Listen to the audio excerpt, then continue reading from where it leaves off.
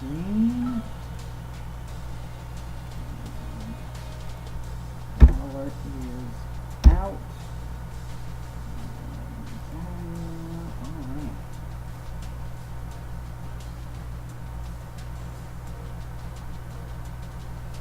And the text is out to the league. Awesome. Ready to go.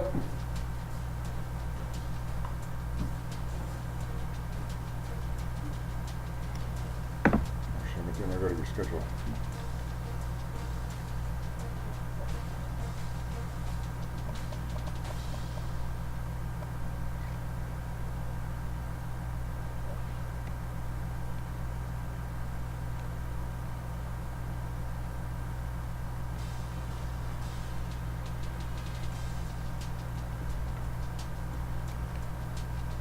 Hello, sports fans.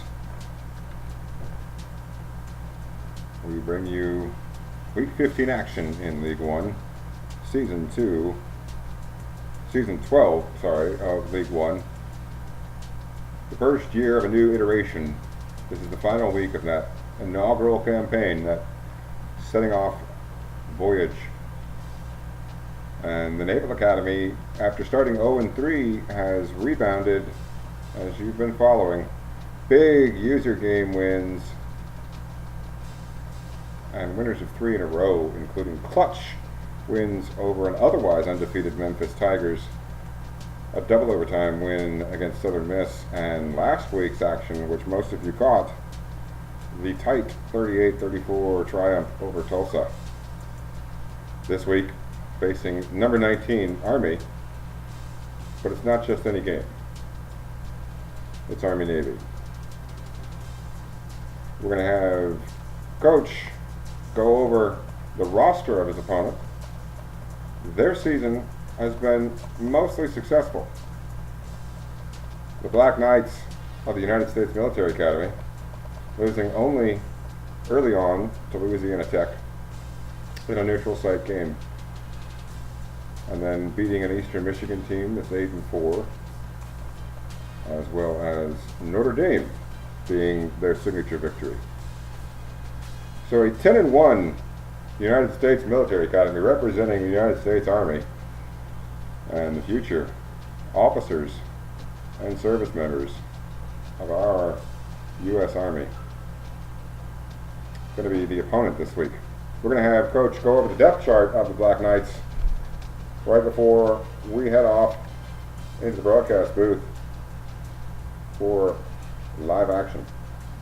I guess just what they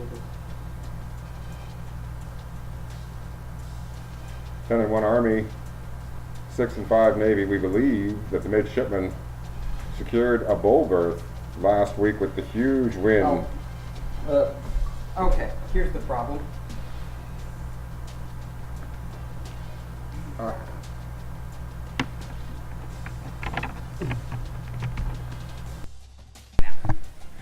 Hello, sports fans.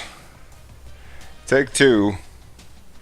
And we've got a special game for you tonight. Army-Navy. We're going to have Coach go over the depth chart. This is the United States Military Academy representing the United States Army, the future officers of the United States Army from West Point, facing off against the Navy midshipmen, coached by league member Coach Ninja. As you know from many of these broadcasts, and as you've been following along, Navy's season, some downs and some ups, a lot of ups recently. They've put themselves into position to make a bowl game. West Point, the cadets, have done that and more. They are 10-1 coming into this game and ranked 19th in the polls. Army with a 10-1 record facing off against 6-5 Navy. We're going to let Coach guide you through the depth chart real quick, as we do before every game, and then head in to the broadcast booth for a special presentation of a special game.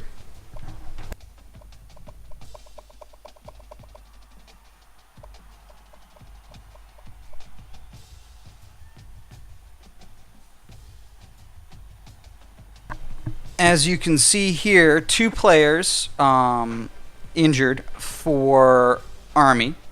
Defensive tackle Davis, probably not a starter.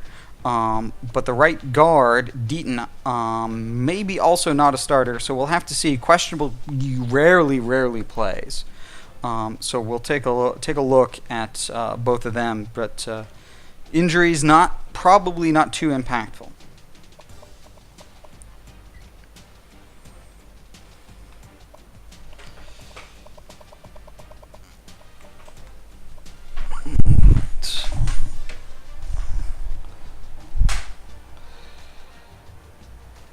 Alright, Ronnie is having trouble with the live feed. Is the feed working for other people? Looks like that might be your internet, Ronnie?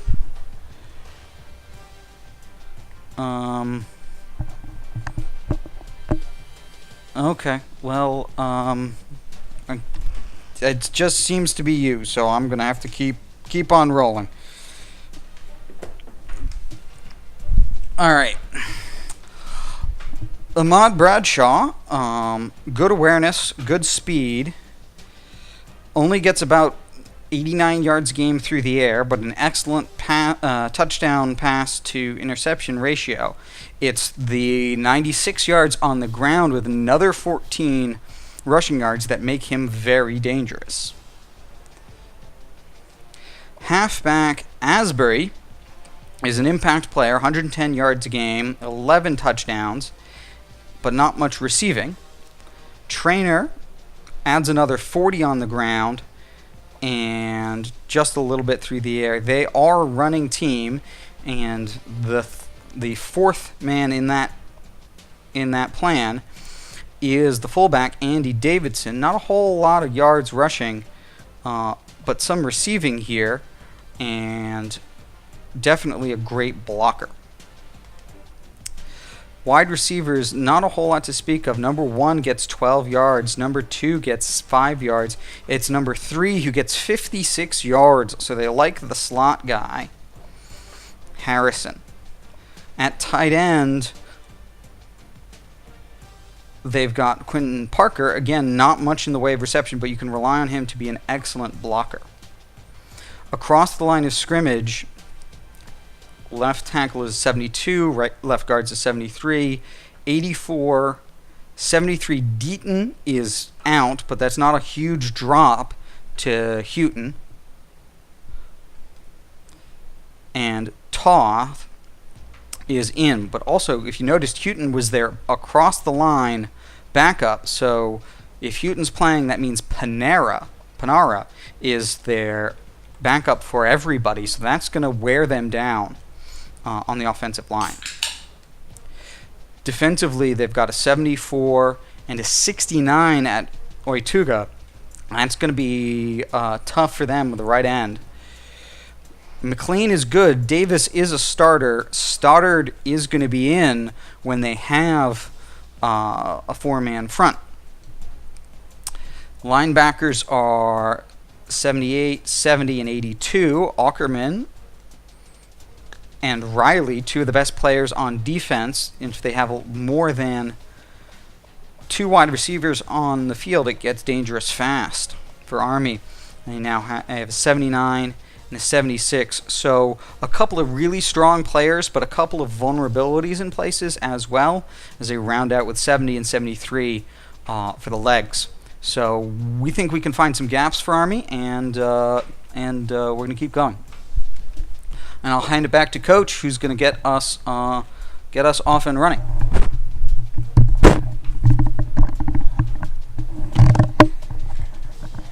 Good evening, sports fans, and a special warm welcome to our newest League One member, Baby Grayson, down in North Carolina.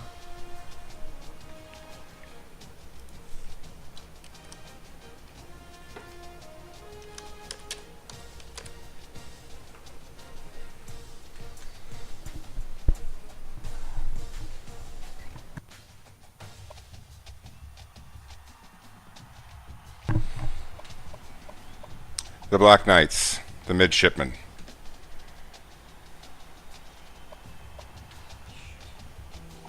From the very beginning, it's always started the same way, for every one of them. across generations, across eras, across history. Over more than a century, they've all waited to get the same word. To get word that they've been chosen. Chosen to sacrifice. To dedicate. To serve. Dear Mr. Bonner. Dear Mr. Martin. Dear Mr. Thomas.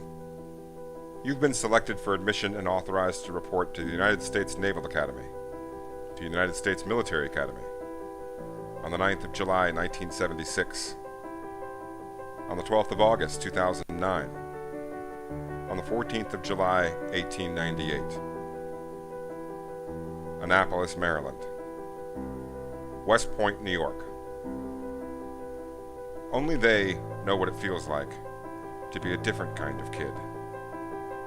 The kind of kid willing to risk life for country. Their families and loved ones know they're giving up a lot of themselves to support and protect everyone else. You can expect to be challenged academically, physically, morally. Your summers basically don't exist. You have your academics, you have your military duty, and you have football. Yes, it's just a game, but a game that epitomizes everything they're here for.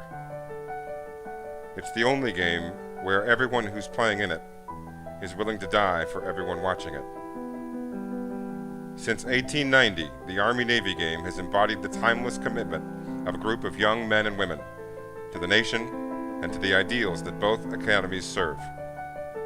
War heroes, presidents, and Heisman winners have all graced this stage.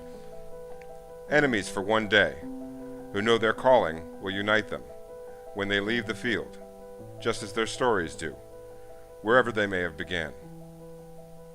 Fayetteville, North Carolina, Lee's Summit, Missouri, Cedar Hill, Texas. Never forget how it all starts for them. Never forget what it takes to decide as a kid that your life is going to be about more than just yourself. From the very beginning, it's always started the same way. Across generations, across eras. They've gotten word that they've been chosen to sacrifice, to dedicate, to serve. And they've headed off to West Point and to Annapolis. It takes a certain kind of kid to commit to these institutions. Now, today, in a football game, celebrate the courage of every man and woman to ever make that commitment. For the 114th time, this is Army-Navy.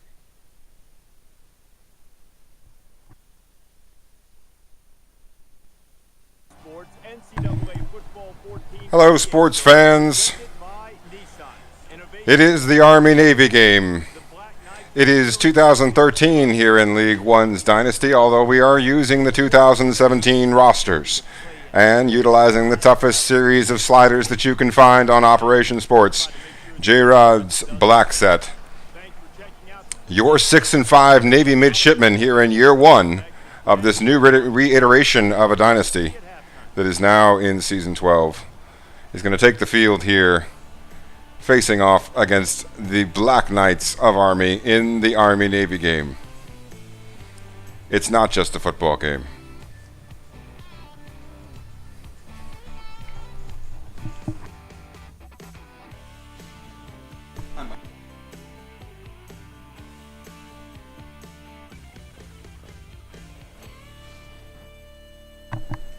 Last week's win over Tulsa brings Navy's record to 6-5. That could probably get them into a bowl game, but it'd be a lot sweeter of a bowl berth if they could knock off a top 25 Army team in the final game of the regular season. Both teams bowl-bound. Army holding out hope that some miracle might grant them a BCS berth, although that seems like a long shot at best. But both sidelines focused today on their enemy for one day. You see Coach making the adjustments there to get us started off. Navy's going to try to pull the upset card as David receives the kick from Goliath. Carmona up across the 20-yard line to the 23. And Navy's going to get us started on the opening drive here, in between the hash marks. Army the heavy favorite. Pundits and prognosticators alike nationwide predicting a big victory for the Black Knights today. 5 wide set, the traditional start for Navy this season.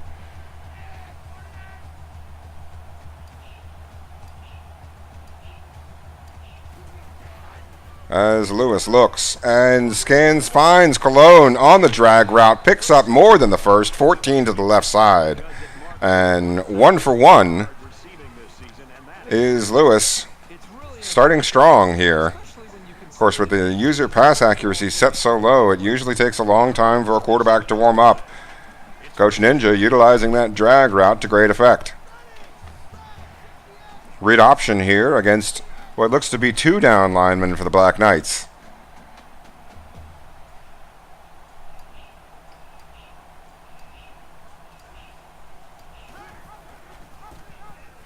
Lewis on the keeper, out to the right side, and despite the angle, gets wrapped up at about the 46-yard line, but breaks a massive gain off to the right side, and Navy is running smoothly. 2 for 2, 2 plays, 2 big yardage plays, and they're right out near the logo.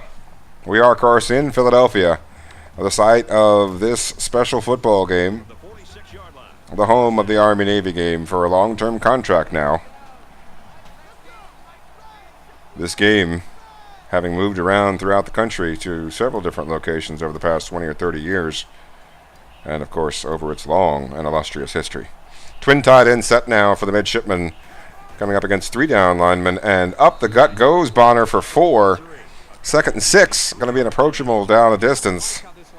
6:54 as the clock moves down. Nice stop by the juniors.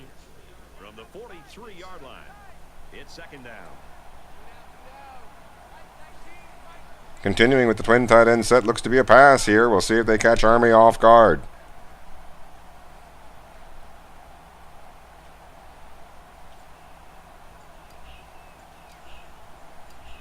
Taking all the time in the world, getting plenty of rest, and then hitting Carmona on the drag from left to right. Gets the first down and a few more, 9 yards near the right sideline. As Navy has set up shop now at the 34 on this opening drive of this football game. 1st and 10, ball on the 34. Mano a mano, it's flexbone against flexbone. You see that now. Navy lining up in one. Army responding with that 3-man front, although it's tight and spread. Lewis on the keeper, gets around the edge, picks up the first and a couple of more, and they're in the middle of the field inside the red zone. Check that at the 21, but they can see it and smell it. Navy looking to get off to a good start here, grab a hold of the early momentum. Army wants something to say about that here with their backs to the wall.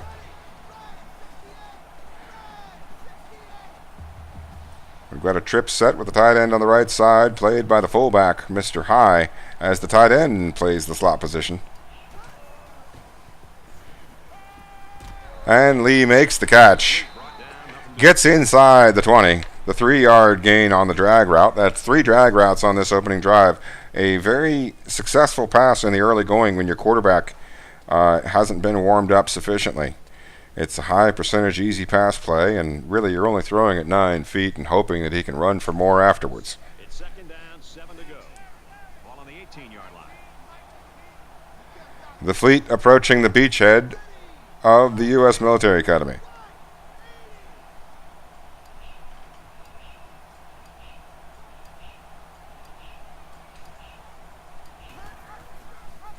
Lewis on the read option, keeps it to the right, gets inside the 10, wrestled down at about the 8-yard line. We'll see what they call it. It's definitely going to be 1st and goal.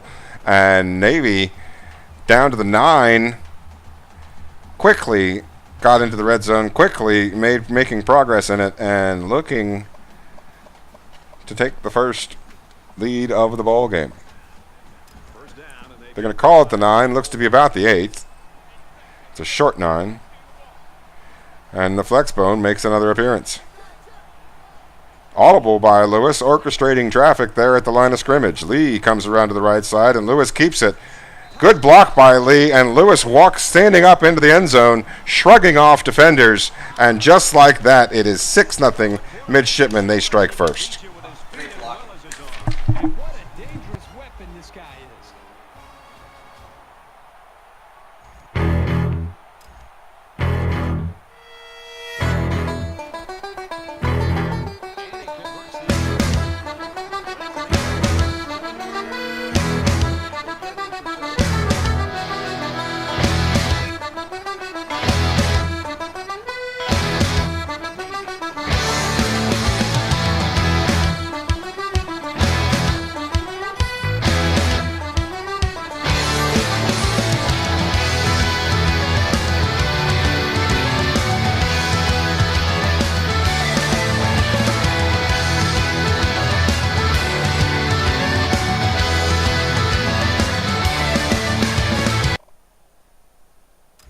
See what the offense can do as they come out onto the field.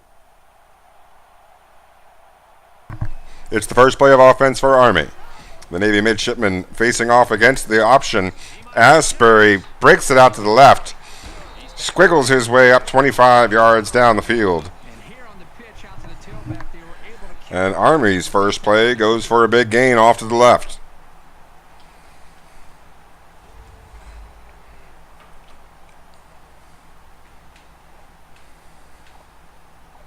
This Army team, of course, defeating Notre Dame just a few weeks ago in their annual tradition. Coming into this game 10-1, ranked 19th in the nation. First down.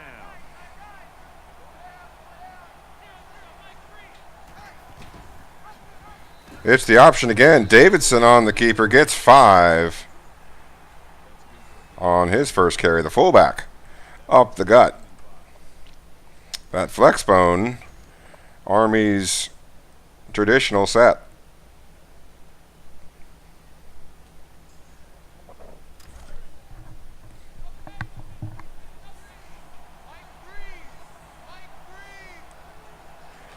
It's a wing bone now for the Black Knights. They give it to the fullback, Davison, up the gut. He picks up the first down and more, gets 9. And just like that, Army's across the tape into Navy territory by a good margin. Now, at this point, inside the 40 to the 36. From the 36-yard line, it's first down. Wing bone again. The tight end out to the left and the man in motion to the left. And they run to the right. Trainer breaks 2 tackles and doesn't get past the third, but does get 16 yards on the misdirection. About 6 bodies at the line of scrimmage went to the left, and a couple went to the right. And Trainer able to break the key tackles that set that run loose on a big positive gain. In the early going here, he's fresh, and Navy hasn't seen that formation enough times to really develop a flow to their defense quite yet. Their defense is as rusty as the offense is for Army. Thomas unable to bring him down by himself, but he gets help, and Asbury only gains 5. Now going to be second and something to work with for the midshipman defense.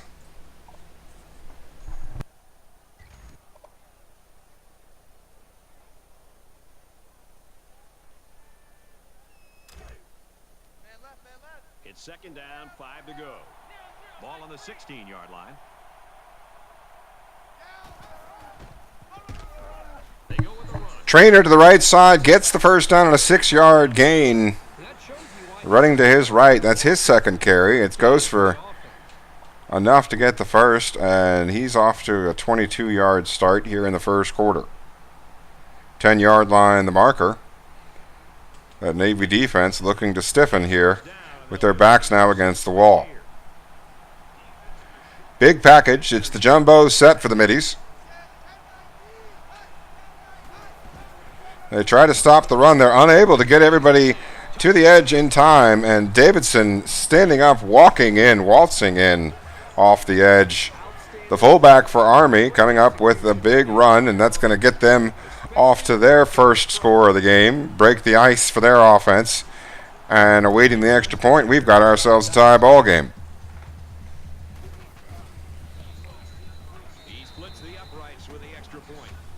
So that's a 7-play. Army did a good job of setting the edge there on the blocking, This offensive line has done leaving Davidson a clear path to the right side. And Navy going to be looking to respond here on offense. plays from this offense.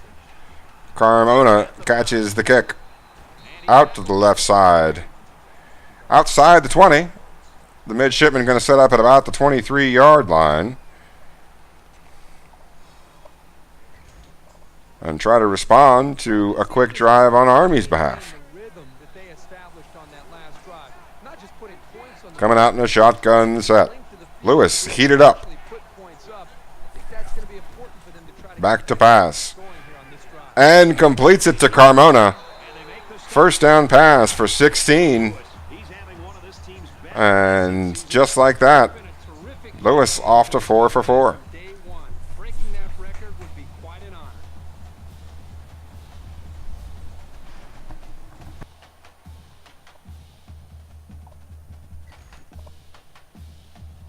From their own 39-yard line. First down.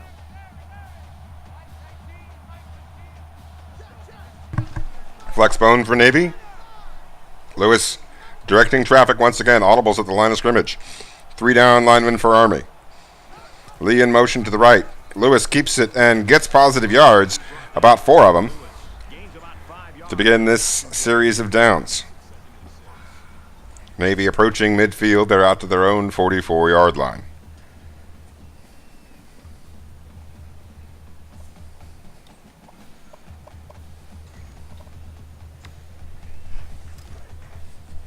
From their own 44-yard line.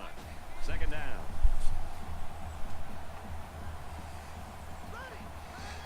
Shotgun set once again for the middies. They've been bouncing back and forth between spread sets and flex bones and twin tight ends. Lewis back to pass. Finds his man high out to the right side. Picks up 4. Now going to be third and short. Just 2 yards to go. It's third down, and they're about 2 yards shy of the sticks. There are 5 wide receivers split out. The quarterback in the gun.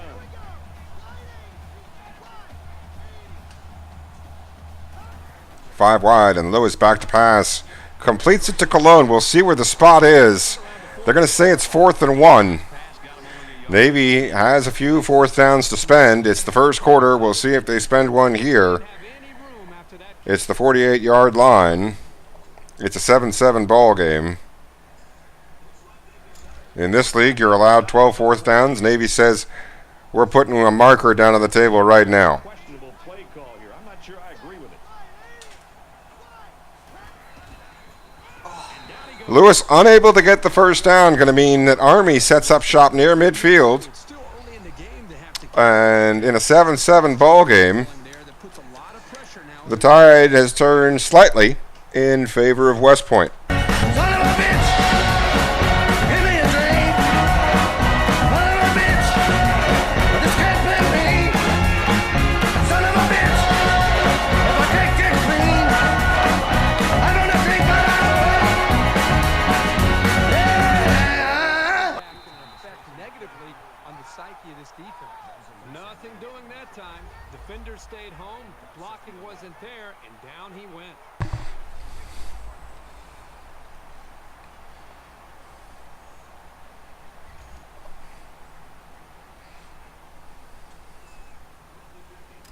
From the 50. Second down. Navy's defense defending the 50-yard line.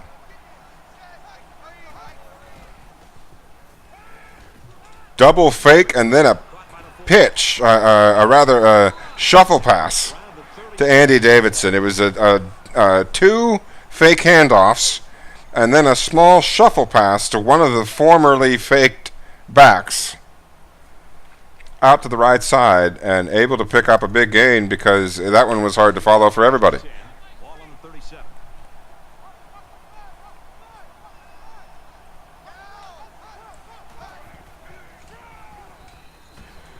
And he's tackled at Trainer over to the right. John Trainer picking up 4. Now going to be 2nd and 6, and that's going to end the first quarter, 7-7. It's a tie ball game here from Philadelphia. Number 19 Army facing off against Coach Ninjas, 6-5 Navy Midshipmen. We're here at the Lincoln Financial Field Stadium, the home of the Philadelphia Eagles. Today, the home of the 2 largest military academies in the United States at the collegiate level. This time, Navy's defense coming up with another big play, and it's a good one. It's going to set them up with 3rd and 7. A chance to stop a drive.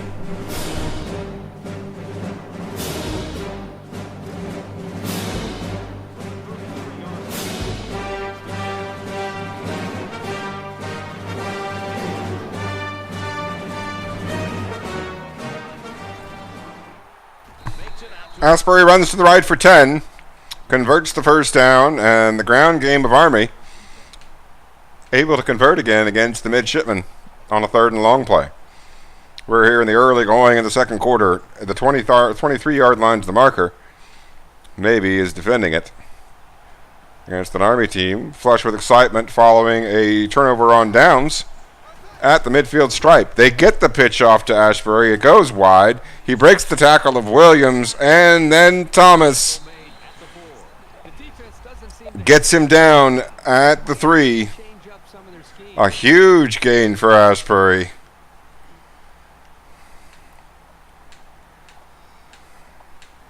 And it's 1st and goal from the 4-yard line. 1st and goal from the 4, looking for Pater. Got to be careful of a pass play with this defense. Goal line set for Navy. They do get the stop. There's a flag on the play. Let's see what it is. It could go either way. It's an important one. They're going to call it offsides. They're going to replay the down. It'll be 1st and goal, this time from 2 yards closer. 1st and goal now from the 2. As Army will reset, so will the Navy defense. Let's see if they just don't try to power their way into the end zone here. They come out in a goal line set. Heavy versus heavy. Up the gut and then to the outside, and it's a bad decision. Trainer's brought down for a loss. Justin Norton coming up with a big play for the midshipmen inside the 5-yard line. Going to bring up 2nd and goal now from 1 yard further back.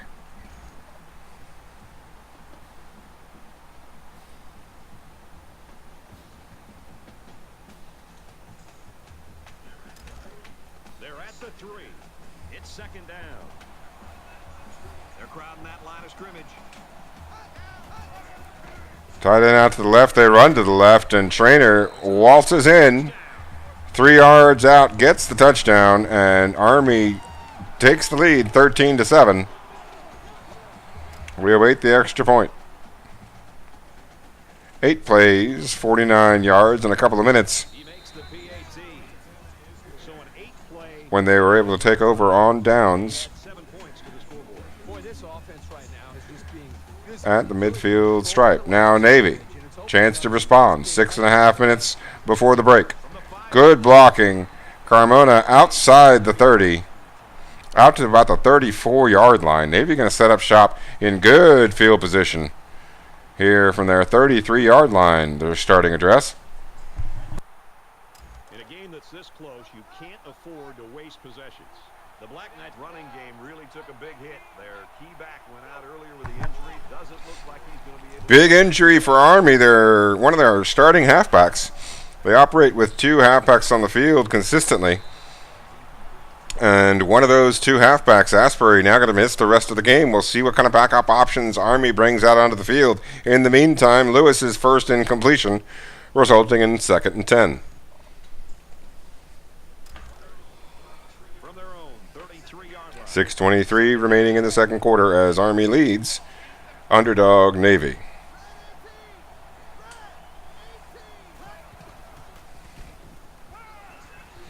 Lewis to Lee, the drag route again, and he picks up 8. 3rd and 2, that's Lee's second catch for 11 yards. 41-yard line, the marker. Navy looking to continue this drive. The previous third down didn't get it done, and that resulted in the fourth down attempt.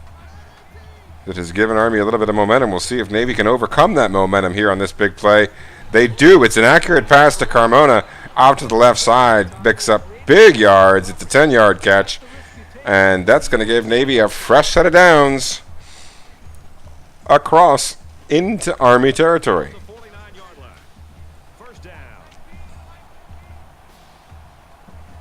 Back to the flex bone they go. Another audible at the line of scrimmage. Lewis changes directions. Now going to be operating from left to right. Fakes the handoff and keeps it. Picks up a lot of yards there on first down. Picks up 8 of the 10 necessary to gain a first down. Now 2nd and 2. Another audible at the line of scrimmage, this time to a different type of play. It's a design quarterback keeper. He picks up the first and just a little bit more, 3 yards, but it's enough to reset the down and distance as they're at the 38 now, trailing by 7.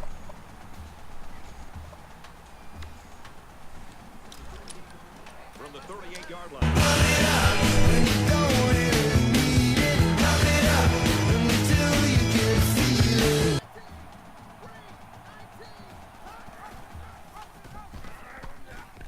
Lewis keeps it, gets the first and more. It's a big play.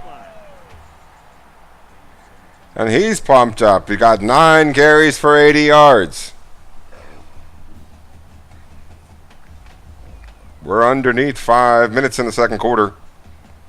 Navy's down now to the 21. Looking to tie this ball game. The crowd here at the link, loud and raucous. You're seeing a little bit of that Philadelphia behavior in action. Already seen a few people escorted from the stands. Twin tight ends up the gut goes Bonner. Picks up 3 on the first play. Now inside the 20 they go. Going to stay with the twin tight end set. Looks like it could be a pass play. Army staying in their set. They buy the run. The man is open. It's Lee. He's inside the 5 for 16. And he's off to a great start with 3 catches for 27 yards. First and goal from the 2-yard line. 2.5. Navy knocking on the door. Lewis to Bonner. 1 yard he goes forward.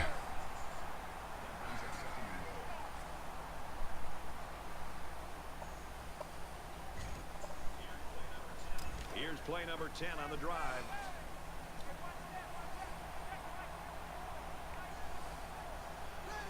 Second and goal.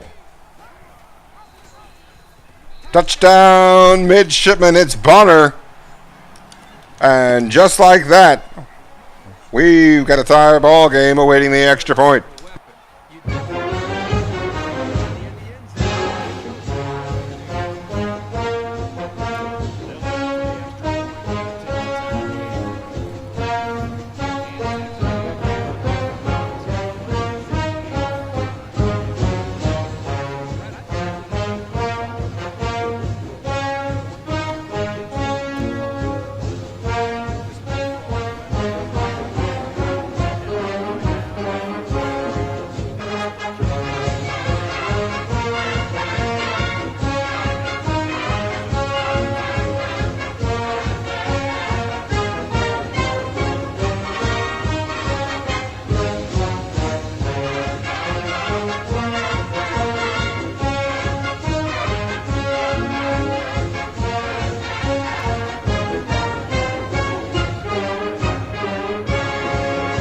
Going into halftime.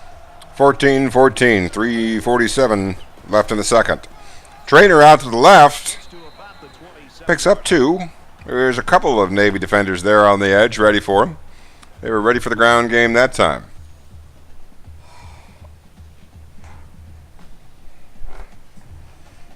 Second and 8 now. The 27-yard line is the marker. 15 runs and 1 pass you see there at the bottom of the screen, the play selection. Army all about the ground game. Again, Bradshaw to Trainer on the pitch. Gets the first down and a few more. 13 yards. Big play out to the left side. 40-yard line now for Army.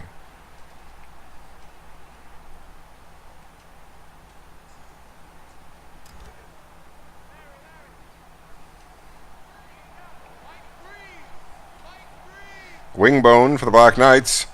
4-man front for the Middies. And it causes a lot of chaos. Bradshaw stumbles forward for 5. Makes a heck of a play to get the 2nd and 5 as the Navy midshipman blew that play up from about 2 steps in. Just couldn't drive it home. Bradshaw was staggered, but hot enough to rebound enough to get some forward momentum there. 2:47 as the clock moves. Gives it to Davidson, but he's bundled up. There's a flag on the play. Could be big. It's a personal foul face mask. That's going to be 15 yards in Army's favor. Going to give them the ball at the 39-yard line of the midshipmen with 2:42 remaining and all 3 timeouts.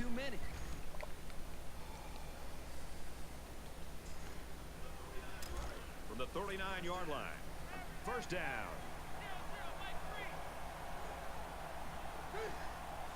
Four-man in front for Navy. 8 in the box. It's the option, but it's Bradshaw who breaks out free and clear.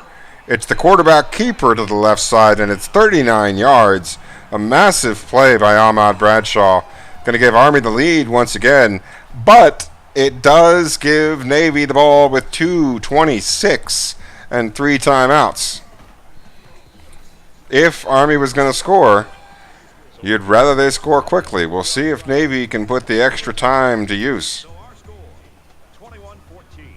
Looks like they're ready for the kick. And he got all of this one. Great kick. He's to the 20.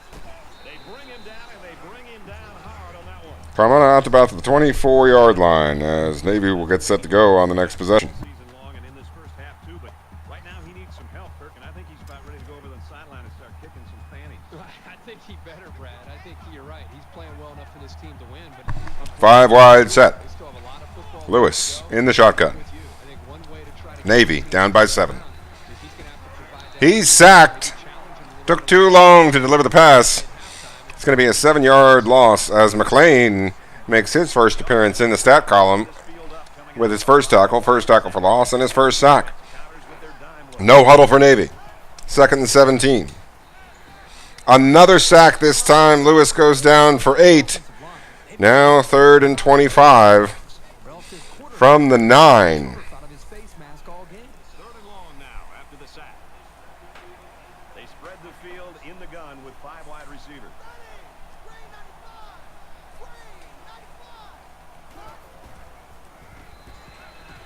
Makes the catch, does Cologne. Picks up 16 yards. And this time Army calls the timeout. And with 2 minutes left, Navy faces 4th and 10 from their own 25.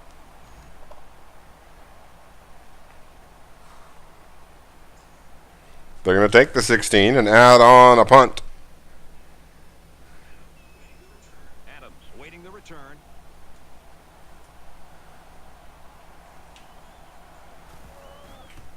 Shanked it too much. It's going to go out of bounds. We'll see where they mark it. Looks like it might be about the 40 to 45-yard line of the midshipman's opponent, those Black Knights of Army. The 44, they call it. 3 wide receivers in the huddle for the Black Knights. And 155. We're inside of 2 minutes. We'll see what happens strategy-wise as these two coaches go head-to-head. He's on the run.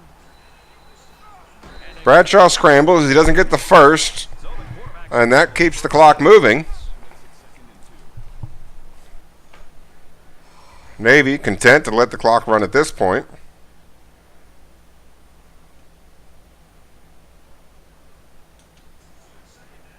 .48-yard line, 2nd and 2. Clock at 1:35 now, counting downwards. Navy on defense. Bradshaw back to pass and scrambles again. And there's no one there, and he gets about 12 yards, 19, but 12 beyond the first down marker, or rather, once he was in the open field. From about that point on, he was guaranteed to get 15 or more. Turns it into 19. Interestingly, both teams at 10 first downs. Army looking for another one, and Polu rushes the passer, disrupts the play, and that's going to cause Bradshaw's first incompletion, but on just his second pass attempt.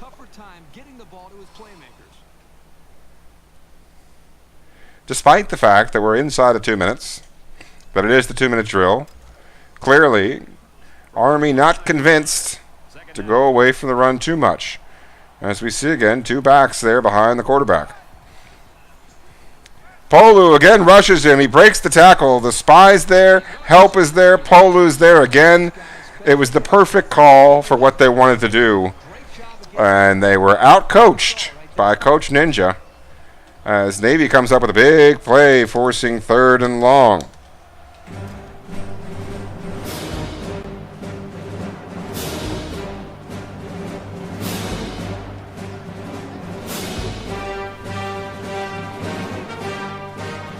Intercepted by Worden. Intercepted by Navy.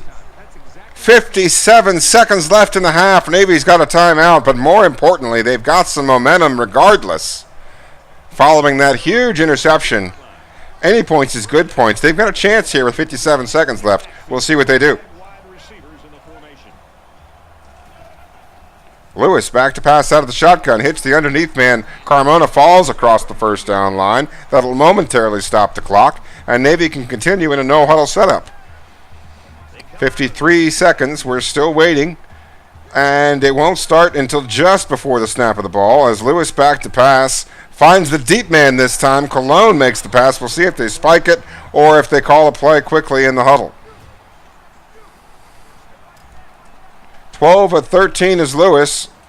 They're going to switch to another 5-wide play. It's the middle slant. They hit the slant over the middle. Scott gets the first down as he falls forward. 41 seconds remaining. That's Scott's first catch of the ball game. Navy still in the no huddle, still with 1 timeout, now at the 31-yard line. As Lewis scans the field, hits the deep man again. It's Cologne over the middle of the field. It was tight coverage, but they got away with it that time as Cologne, his size and mass, giving him plenty of opportunity to hang on to that football.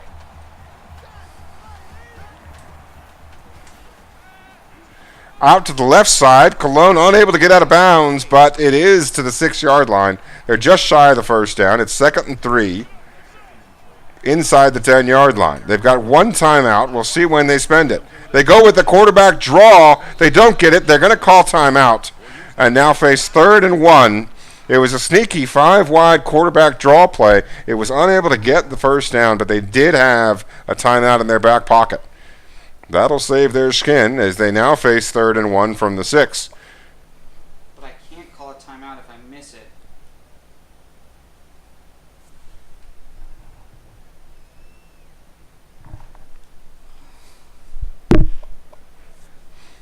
They can't get sacked at this point. They can throw it into the end zone. They can get a first down and spike it.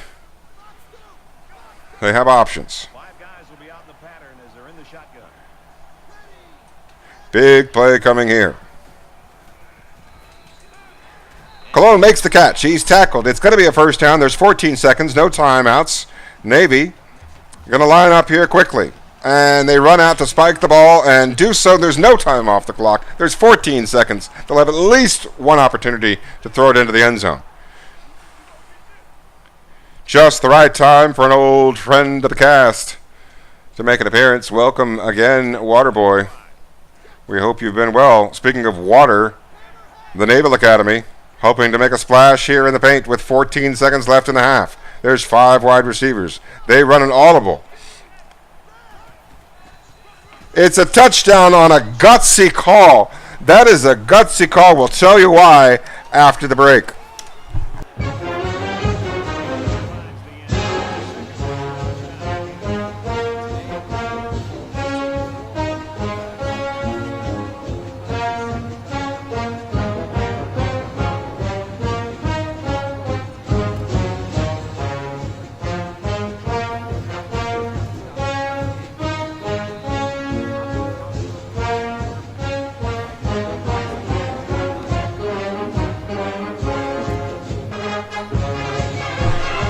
There were 14 seconds remaining in the half when Coach Ninja sent the play call in. Lewis delivered it to the huddle. The line did its job. The wide receivers sold it. And Lewis took off galloping in between the line into the paint with just 11 seconds remaining in the half. But keep in mind, with no timeouts remaining, if Navy gets tackled short of the end zone on that play, there's an excellent chance they may not be able to get another playoff before the half runs out.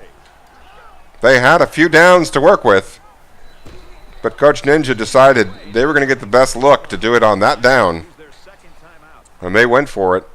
He made the adjustment at the line of scrimmage, but that was a risky maneuver that paid off big time just before the break.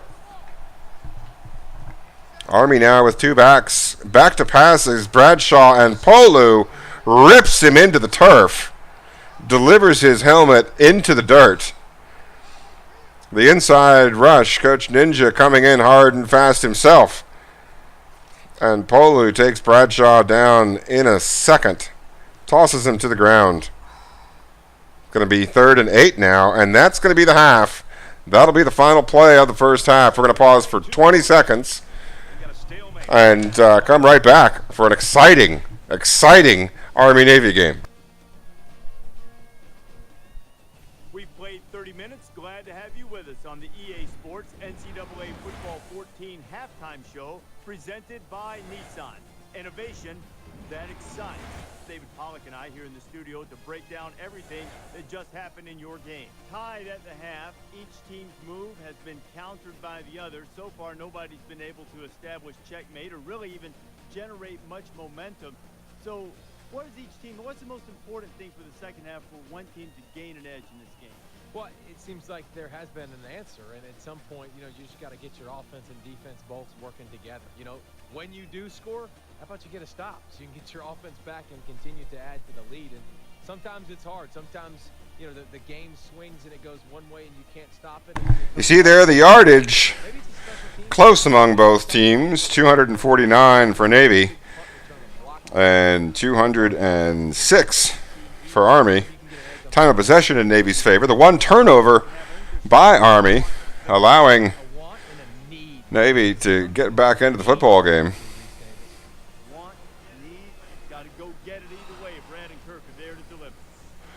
Navy, of course, received the opening kickoff. They had to get at least a tie going into the break, as they're going to have to surrender possession to start the second half to the Cadets of West Point.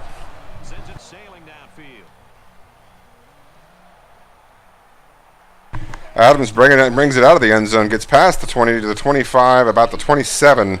We'll see where they mark it on a 29-yard return.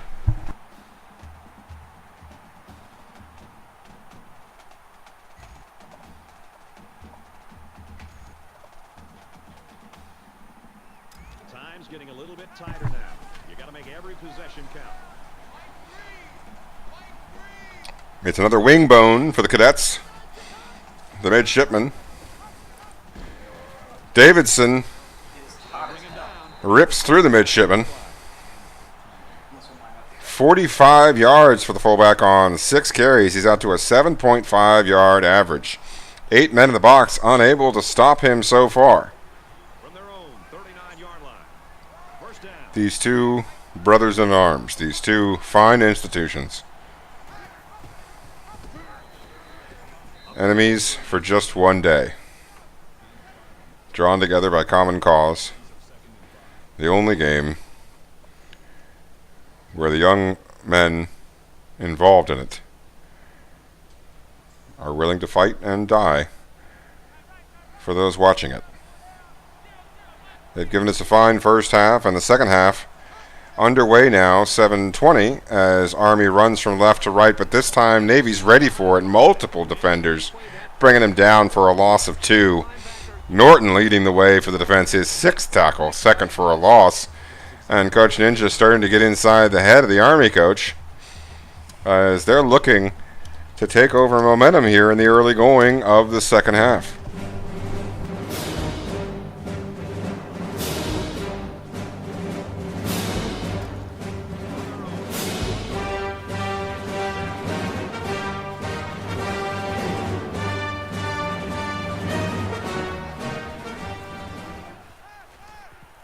Bradshaw scrambles in the pocket and gets forward, breaks out wide, then fumbles the ball. Woolfolk able to pick it up at the spot of the fumble.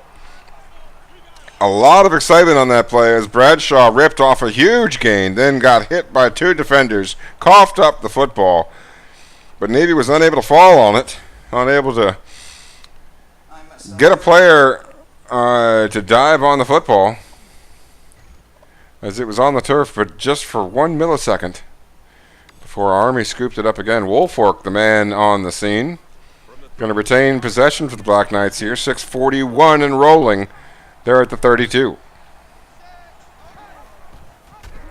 A run to the right. Bradshaw gets held up, but he breaks the tackle, but not the outside completely. Does he gain? He's tackled for a gain of 7. He's got 10 for 89. One of the game's leading rushers, if not the number 1 rusher in the game. Bradshaw, the orchestrator, the conductor of this ground game for Army that is doing some good damage here to the midshipmen of Navy. On the turf, they come into the game with one of the top rushing attacks, and they're executing. Davidson gets the handoff from Bradshaw. He rips forward for the first down, gets 5 total. He's got 55. I believe Army's only passed about 2 or 3 times, less than 5 pass attempts for the cadets. The midshipmen, meanwhile, have been using that mix of spread sets and tight sets, running and passing, keeping the opponent guessing. Heavy sets for both teams once again. It's the flex bone as Bradshaw encounters lots of resistance, multiple defenders there, and at least 2 blue bodies able to get the tackle for loss.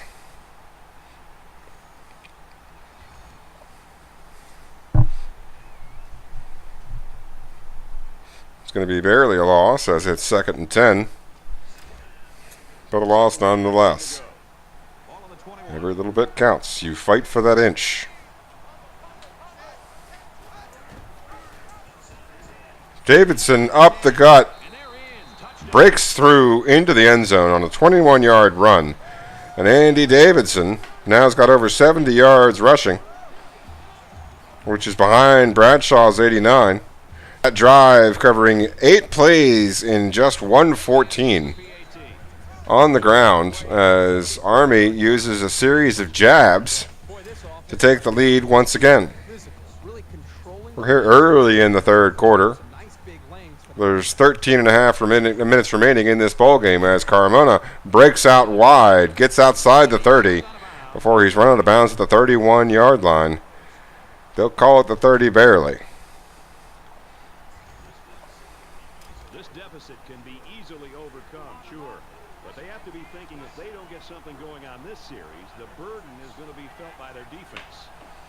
Defense comes up tight. Flexbone, the mission statement, and Lewis, in between 2 defenders, is able to get forward for 3. Had a little bit of congestion there as he was unable to get the pitch out to the pitch man. There was enough traffic there for it to be dangerous as well. And it's now going to be 2nd and 7 from in between the hash marks.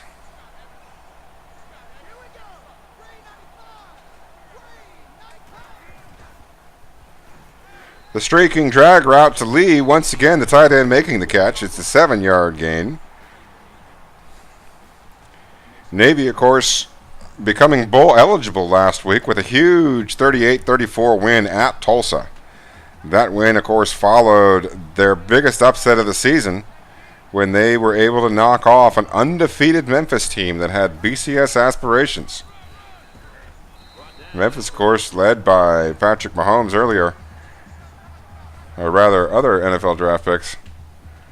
Their program in resurgence came into Navy Marine Corps Memorial Stadium undefeated, but Navy knocked them off 28-21. That was 2 weeks ago. Followed that up with a road win at Tulsa to come into this game at 6-5. Army, for their part, 10-1. A win just a couple of weeks ago against Notre Dame. The defensive end stays home, makes the tackle on Lewis, and now it's 3rd and 8. Lewis out of the ball game.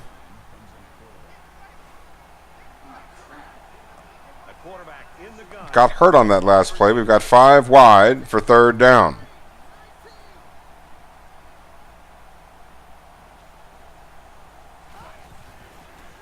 Maybe back to pass, fumbles the football. Hawk picks it up. And it's going to be 4th and 15. Navy lucky to retain possession of the football. They'll be able to punt from here and extend the field position. AB coming in on that play. His first play of the game. Obviously a little bit jittery there coming off the sideline.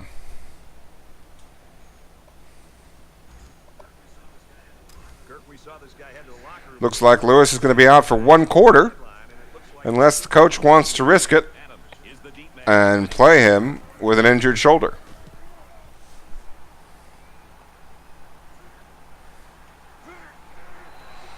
Adams breaks the tackle, gets about 10 more. It's a 15-yard return.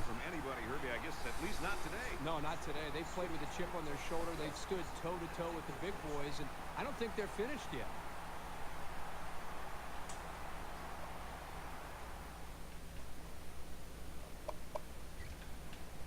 We're going to see some machinations here. It looks like Navy's going to play at least a quarter with Zach Aby at quarterback.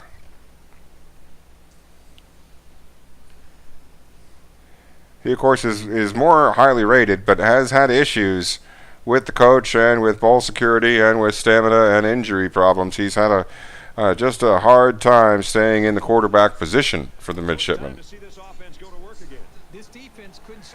But he's asked to play well now. He's going to be called on by Navy should they get the ball back shortly. The wishbone again for Army. Trainer to the left side. Going to be a 6-yard gain. 3:03 remaining in the third quarter.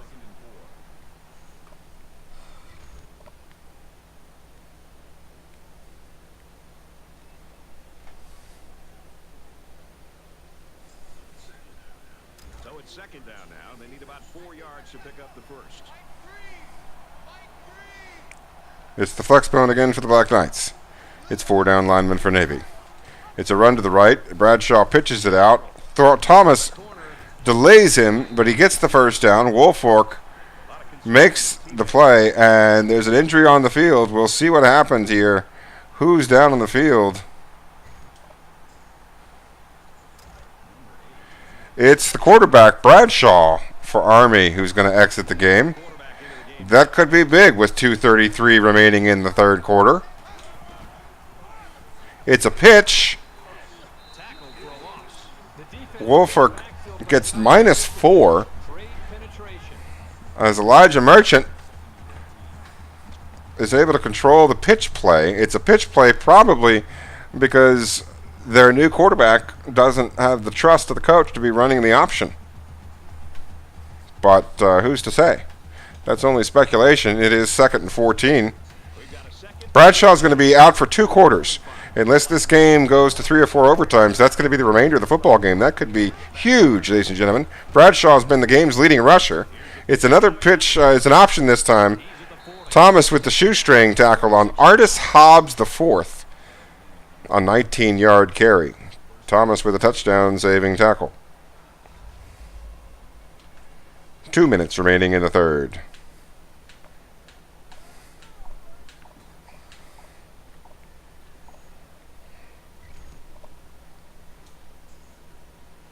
.36-yard line, the marker. The midshipman defense looking to stiffen.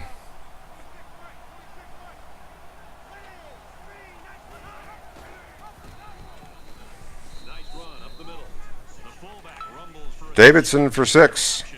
That's 10 carries for 82 yards. Davidson now the active leading rusher in the football game. Bradshaw having been out. We'll look to see if maybe Army leans on Davidson a little bit more now that Bradshaw's out of the football game. Trainer, of course, taking a breather there. Could be back in the game shortly.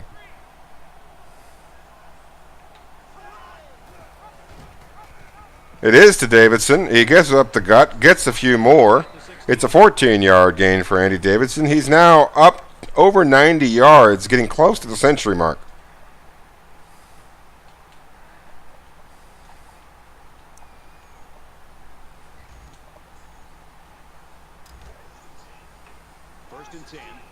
Ball on the 16. Army inside Navy's red zone.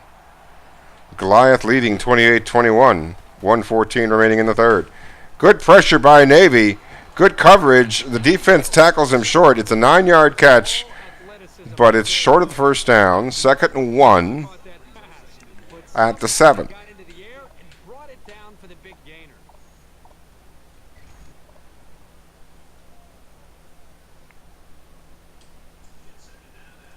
It's 2nd down now, and they're just a few feet away from that first down marker.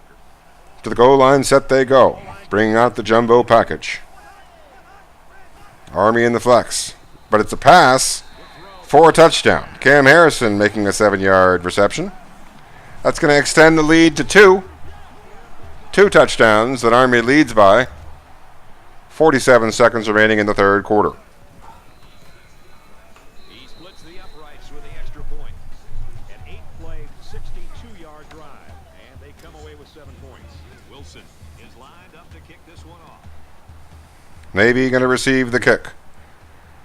Carmona outside the 20. Makes it to the 20. Gets to the 22, where the Middies will set up shop. We know that Army will be missing their quarterback, Ahmad Bradshaw, for the remainder of the football game. Their last drive broke. Now, their previous drive they scored, What do they have in store? but you got to believe that the longer Navy can score and continue to hang with this team that they're overmatched by, based on record, Quick out to his receiver. Tackle right based on the prognosticators and the picks, this 10-1 top 25 Army team is supposed to win this football game. This 6-5 Navy team fighting and hanging on where Notre Dame was unable to. That was incomplete, and it looked exactly Navy's first incompletion. He's 1 for 2. I think the offensive coordinator just tried to pull a fast one. Both teams without their starting quarterback at the moment, although Navy will get theirs back sooner rather than later.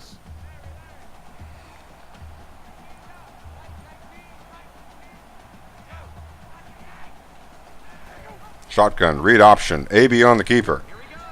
Gets the first down and more. Good play by Zach AB. Going to give him a little bit of juice.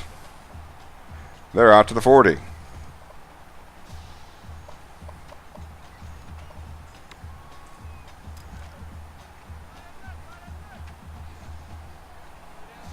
Might be one more play remaining in the quarter. We'll see what happens based on the look. Back to pass, and it's caught by Bonner. He picks up 3 on the final play of the third quarter. bring this third quarter to a close. 35-21, but Army is on defense. Navy trying to score right here.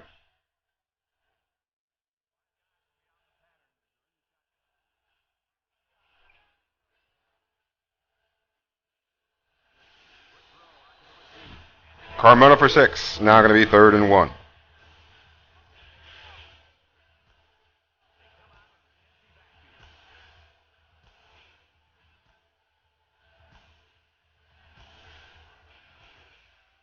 AB on the keeper gets the first down on a 6-yard rush. It'll be another little boost to him.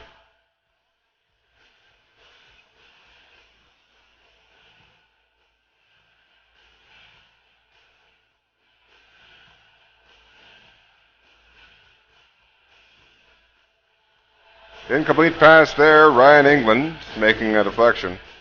AB 3 for 5. 60% so far on his early passing attempts. We're here early in the fourth quarter. And look at that. Guess who's back? Garrett Lewis makes his return for the Middies. Throws to Lee. Tackled after 9. 3rd and 1.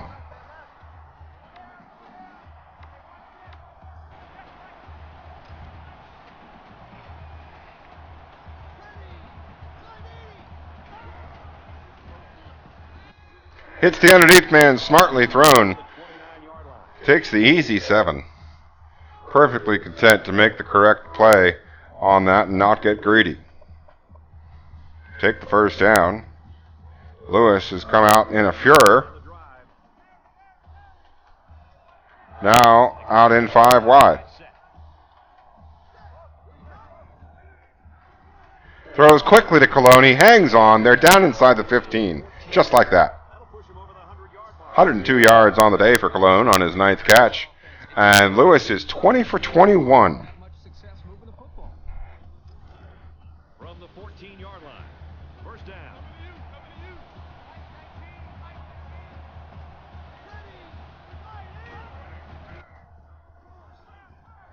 Lee on the catch. Falls forward across the first down line. It's 1st and goal from inside the 5. 3-yard line, the marker.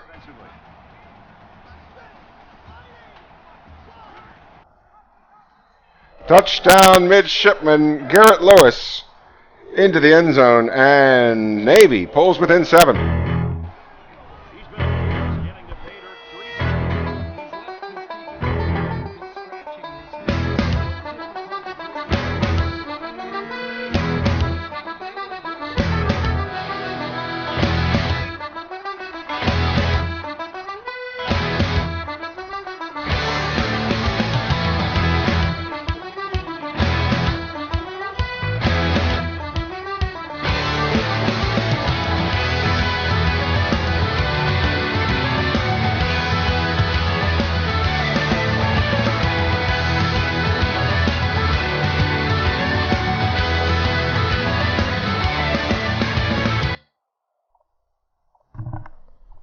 25-yard line following the touchback.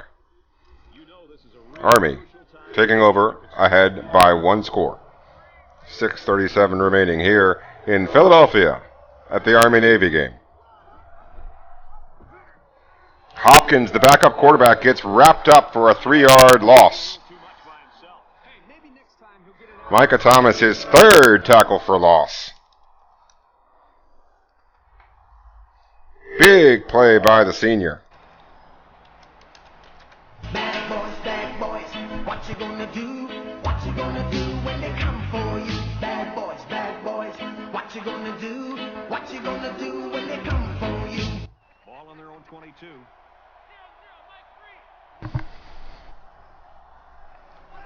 Second and 13. Complete over the middle. It's just shy of the first down marker. 3rd and inches is what they'll call it.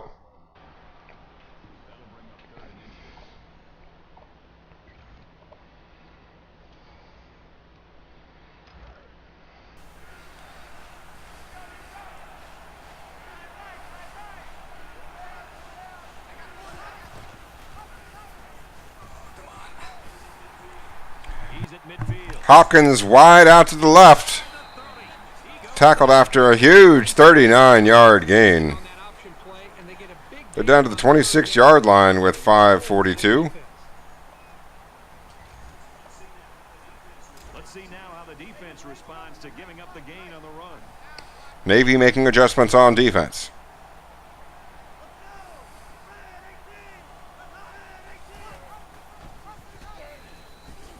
Taken down as he works the left for a nice gain.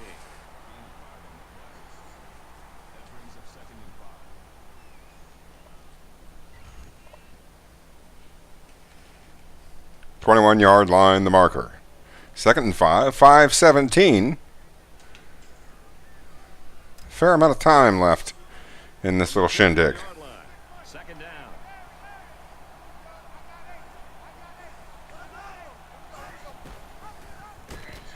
Davidson up the gut, picks up 8. He's up to 104 on the day.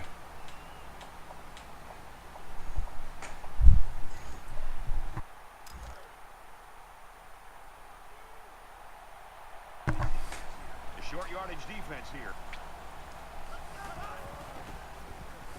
Hopkins back to pass, throws to the left, and this time it's incomplete. The first time that Hopkins hasn't completed it because of good coverage by the midshipman. Now an interesting situation. It's 2nd and 10. One of the rare passes by Army. Going to give them a 2nd and long situation. On the 13-yard line. Watch out for a pass play when you're in a goal line D. Wingbone set, heavy package. A reverse pitch They fake the handoff up the gut and then pitch it wide to the left. It's going to be first and goal, though. Army now 1 yard, but they're not in yet.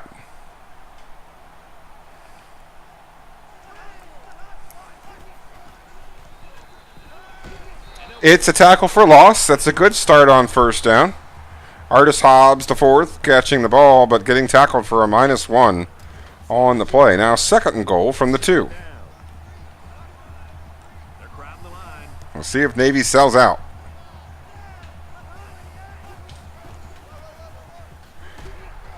They've got enough bodies there. They stand him up. He won't get in. It's a loss of 1. Now third and goal.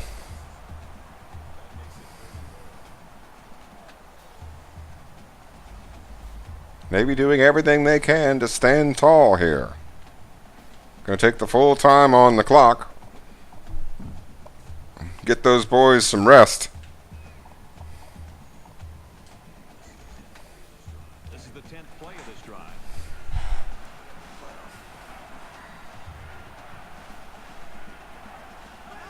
Navy in a spread defense. It's a running play, and it's a pitch. It's a fumble, and Navy recovers. Massive play. What a monstrous play. Fumbled pitch by the backup quarterback. And the game can change in an instant. They can change in a second. Everyone I see just walks the walk with gritted teeth, but I just stand by and I wave by time they say you gotta toe the line. They want the water, not the wine, but when I see the signs, I'll jump on that lightning bolt.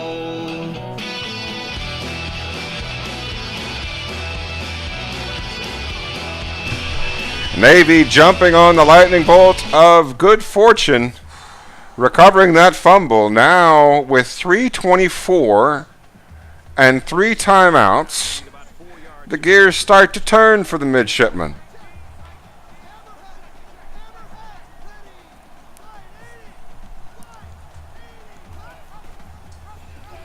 The fullback high, up the gut, rips through a big hole. The big hog molly's there. Navy's got a senior at right guard who's pretty darn good.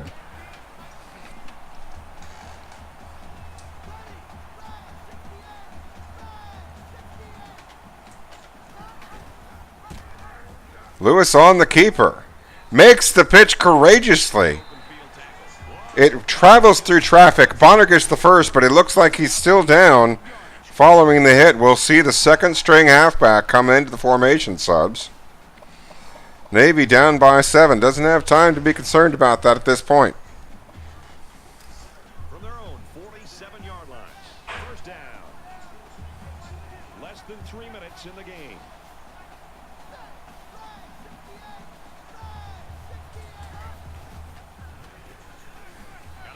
Hits Brown, the backup, immediately a part of the action.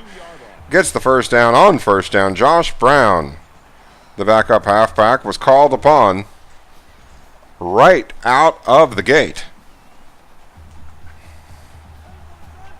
Coach Ninja showing faith and marching on. 5 wide set as Lewis drops back. Hits the drag route to Cologne. He picks up 8. They're going to call it 9. By the way, folks, Bonner is expected back shortly. He's got a broken thumb, so he'll miss a few more plays, but he'll be back possibly before this thing is said and done. Short yardage situation here. Second down and 1. Second and 1, every coach's favorite down and distance as we cross the 2-minute threshold. Brown, the backup halfback, picks up 2. Doing his job once again. His first carry following his first catch.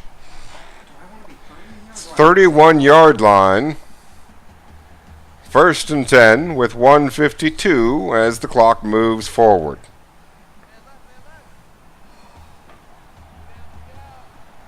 Navy with 3 timeouts, still in control of the pace of this game. They run the read option. Lewis with a good gain. Following his blockers, cuts behind one about 7 yards downfield, makes a move, and just like that, they're at the 15-yard line. And now, with 1:38, and 3 timeouts, you start to think, well, they're in complete control of the pace of this game. That's going to set them up with another 2nd and short, and they're in the driver's seat here. They can take this thing down, and with 3 timeouts can still do something to that effect. It looks like, though, they hurry to get the first down. They've still got the 3 timeouts. Are they trying to pull what we might call a second half double? Knowing that the backup quarterback for Army's in the game, does Navy want to score quickly or take all the time in the world? Lewis gets 4 yards, and they're going to have to decide on this play clock here how they're going to play this situation. This is the time to make the decision one way or the other. They hurry, and they get, well, it looks like the decision is going to be made for them. It looks like the decision is going to be made for them by the Army defense. They're going to hold, and you see Lewis there completely worn down. Navy can take the play clock all the way down and call a timeout and have everybody well rested for this next play here on 3rd and goal. They can go for 4th down because Coach Ninja has wisely saved a lot of his 4th down attempts. So they've really got a lot of time here. It doesn't look like much on the clock, but with the 3 timeouts, they're in a pretty good spot.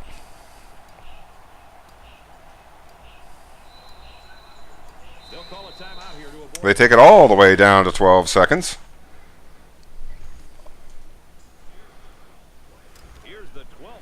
Jumbo packages for both.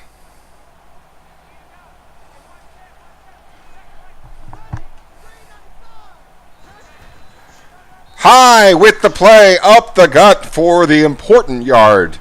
The most important yard of the game so far. Navy, 1 extra point away from tying number 19 Army. You didn't think it was possible a few minutes ago, but Coach Ninja has led his team to the threshold of overtime.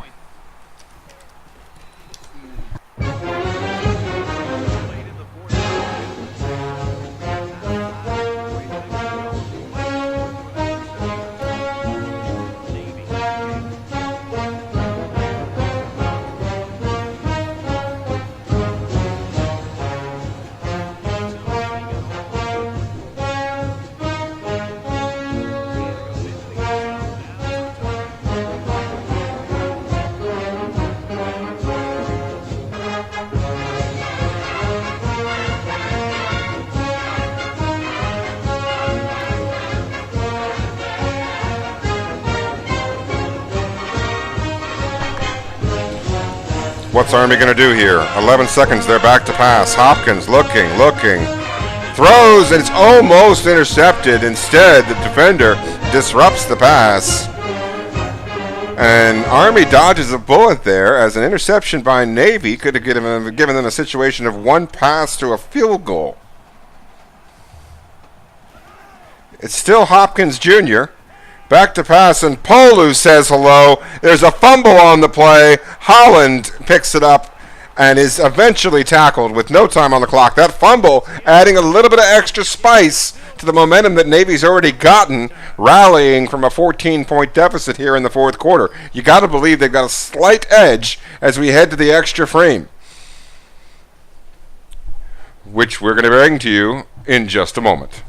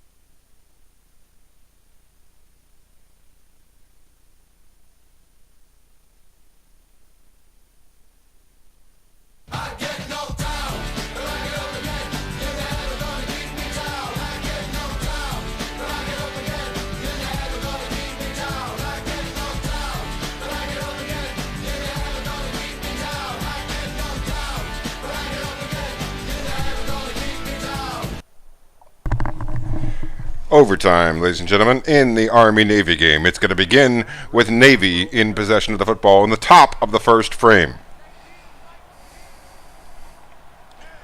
Flexbone the set, 3 down linemen. Lewis audibling at the line of scrimmage. Gives to High, the fullback, picks up 1. They're going to call it 2, as we've got 2nd and 8 now from the 23.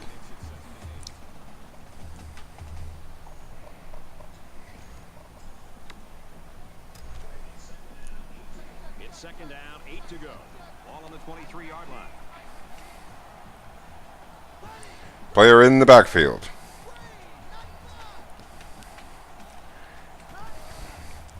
It's Bonner. He makes the catch across the first down marker. Couldn't have returned at a better time. Derek Bonner making his first return to action here in overtime with a big catch. Going to give them the possession of the football at the 11. They're coming out spread.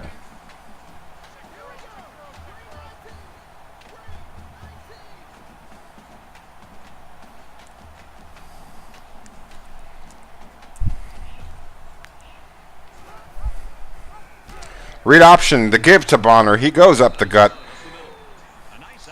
The give to the halfback on the read option gets down to the 5. Bonner, of course, fresh, as he can be, given the circumstances. Coming back with a big reception. A big run just there. Now 2nd and 4 from the 5. They can get a first down. It is mathematically possible.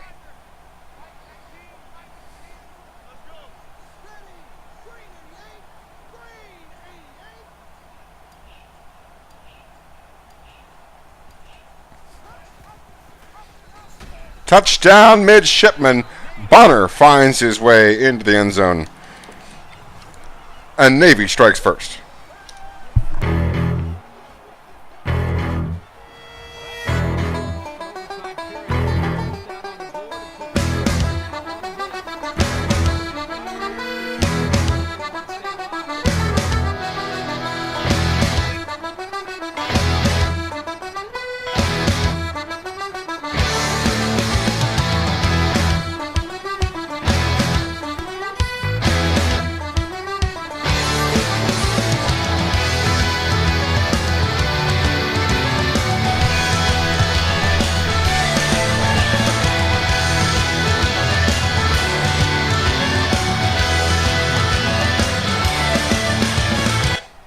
First down play for Army. Still the backup quarterback. Hopkins is going to be struck late. It's going to be a first down for Army. A free pass granted to what so far is still a somewhat skittish backup under center.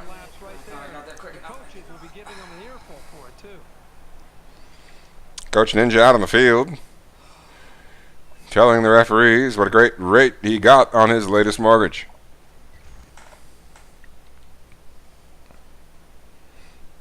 It'll be the 12-yard line. It'll be 1st and 10. Ball on the 12-yard line.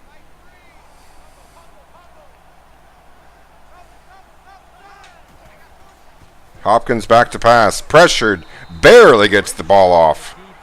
Now going to be 2nd and 10. From the 12.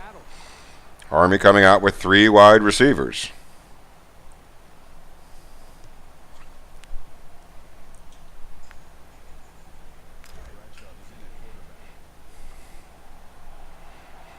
And Bradshaw's back under center for Army. It's a toss play to Trainer. Picks up 1. We'll see what Bradshaw and the Black Knights can do here on 3rd and 9. You got to believe it's 4-down territory for Army, as they need to score a touchdown to keep pace. Big play coming here. Here's 3rd and 9. Ball on the 12.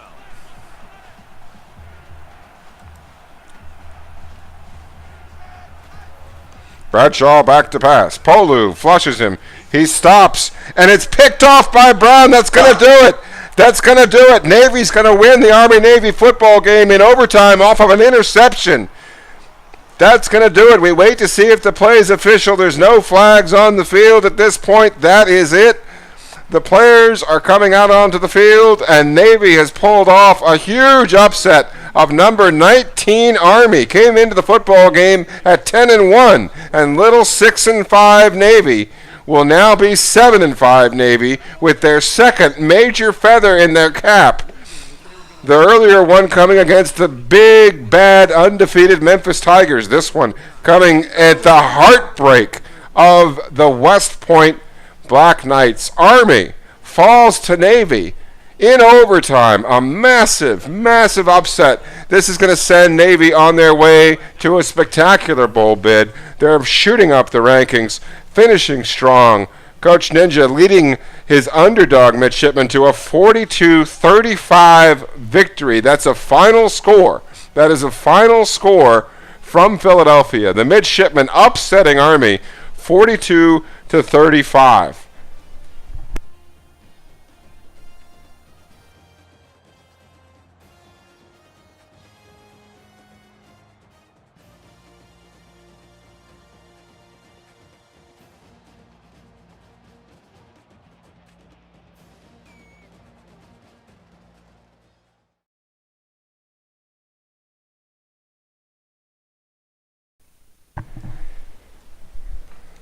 Navy trailed by 14 in the fourth quarter. It was 35-21. There was little hope, even after Navy scored, when they were unable to stop Army as Army marched continuously down the field. And on third down, the backup quarterback, the skittish young backup quarterback for Army with their star quarterback still on the bench, let forth a horrific pitch that rolled into the backfield. Navy recovered so that Army couldn't get 0 points, and Navy then had the opportunity for the tying touchdown. They hung around. They managed to put themselves in a position where they were close enough.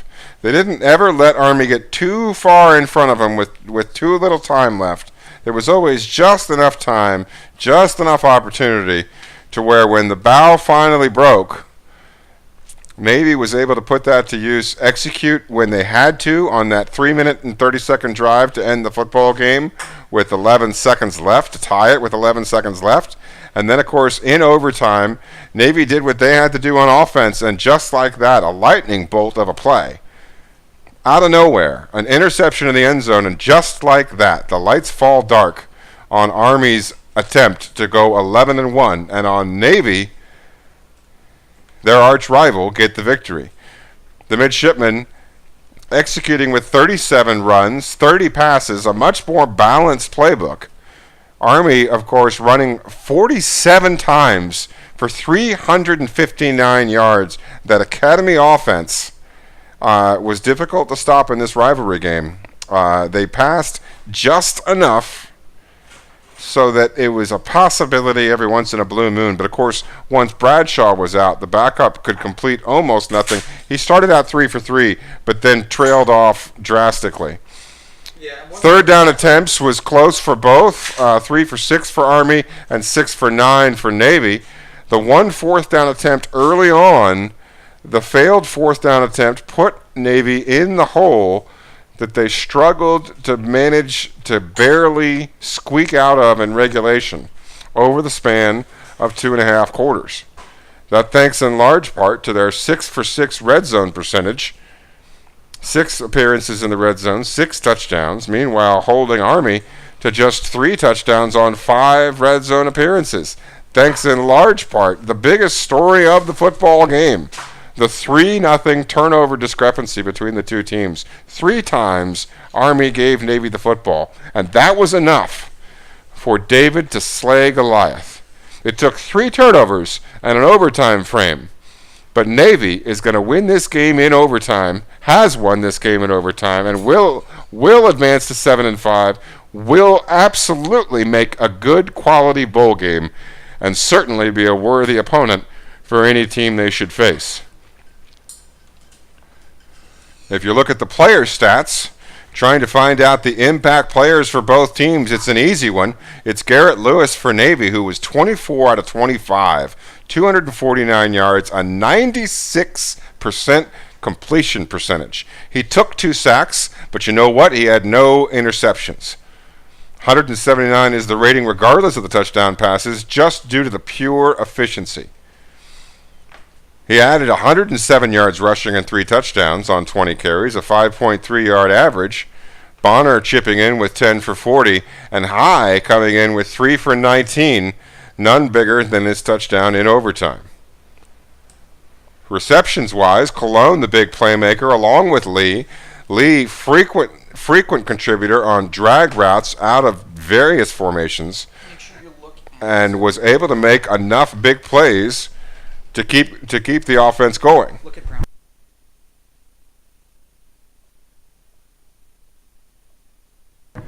Okay. The backup halfback, Josh Brown, contributing 1 catch for 10 in his brief action, along with the 1 carry for 2 yards. In other backup action, Zach Abey coming in for Garrett Lewis, the quarterback, 3 carries for 7 yards and no fumbles. And he was 3 for 5 for 17 yards and no interceptions. He was, if nothing better, a game manager. He had a scary moment in one situation, but he was able to hang on to the football and survive. Navy, of course, punting, and then that got them into the 14-point hole. But they got Lewis back quicker than Army got Bradshaw back. You see the discrepancy in play between Hopkins and Bradshaw. Yes, Bradshaw was 1 out of 4 in the in the passing game with 2 interceptions, but what he added in game management and in choosing who to give the ball to and in executing that running that ground game for Army, Bradshaw clearly a trusted player for Army. That was a valuable loss within the context of the football game. Asbury, another huge loss. He was a big contributor early on. So the things fell. An impact player, Asbury, and another impact player in Bradshaw go down in injury for portions of the football game. And Navy is able to turn that into 3 turnovers. And just like that, with the right plays at the right times, pulls off a massive upset. Jarvis Polu, of course, the main contributor from Coach Ninja himself, usually controlling him on defense, coming up big with a sack and a half and several hurries that don't show up on the stat sheet. Go back to defense. Scroll down. I want to find where the interceptions are. Brown, interception. Josh Brown, the halfback, the backup halfback, came in the quarter defense at the end of the football game as the 4th cornerback and was able to make the interception. And, of course, he was the backup to Bonner when he was injured. So Brown came in for spot duty on offense, and then due to fatigue and due to other circumstances and depth issues, came in the quarter defense for Navy. And you know what? I bet you his catching was a little bit better than the cornerback's. And it certainly didn't hurt. Right place, right time in the end zone, good coverage, and that's going to do it as Navy escapes with a 42-35 massive upset over number 19, 10-1, now 10-2 Army. A huge win in a big rivalry game, a big feather in the cap of these outgoing seniors. You know they wanted to leave Annapolis with a win over Army, and you know that the competitive nature of Coach Ninja wanted to introduce himself to Annapolis with a win in his first rivalry game against their arch rival, the Army Black Knights. We're going to come back after a short break. We're going to actually do something we've never done before on this feed. We are going to actually advance the week. This is the final game of this week. We're going to advance the week, and then we're going to bring you next week's solitary game. We've got 1 game next week. Next week, of course, is Conference Championship Week. We've got 7 teams in this league, 7 users controlling football teams. Yours truly, Coach Spectre. I coach Syracuse. We are ranked 13th, and we have qualified for the ACC Championship game in Charlotte, North Carolina, at the home of the Carolina Panthers, where we'll be facing off against number 4 Virginia Tech. 11-1 Virginia Tech against 10-2 Syracuse. And Coach Ninja, the victorious coach of Navy, will be switching places with me, and he'll be offering you the play-by-play as we transition to the championship of the Atlantic Coast Conference. We'll be back in just a minute.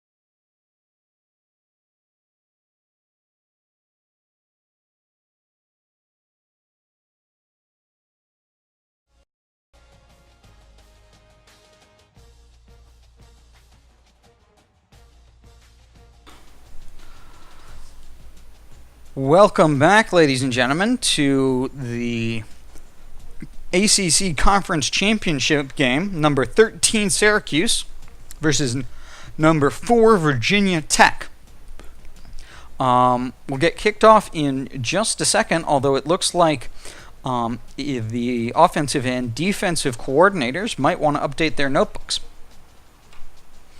And if there's anything else Coach wants to take a look at before we get kicked off, it is the wee hours. We're making sure to get things on the road. So we'll tell you about Virginia Tech's players as we see them in the game.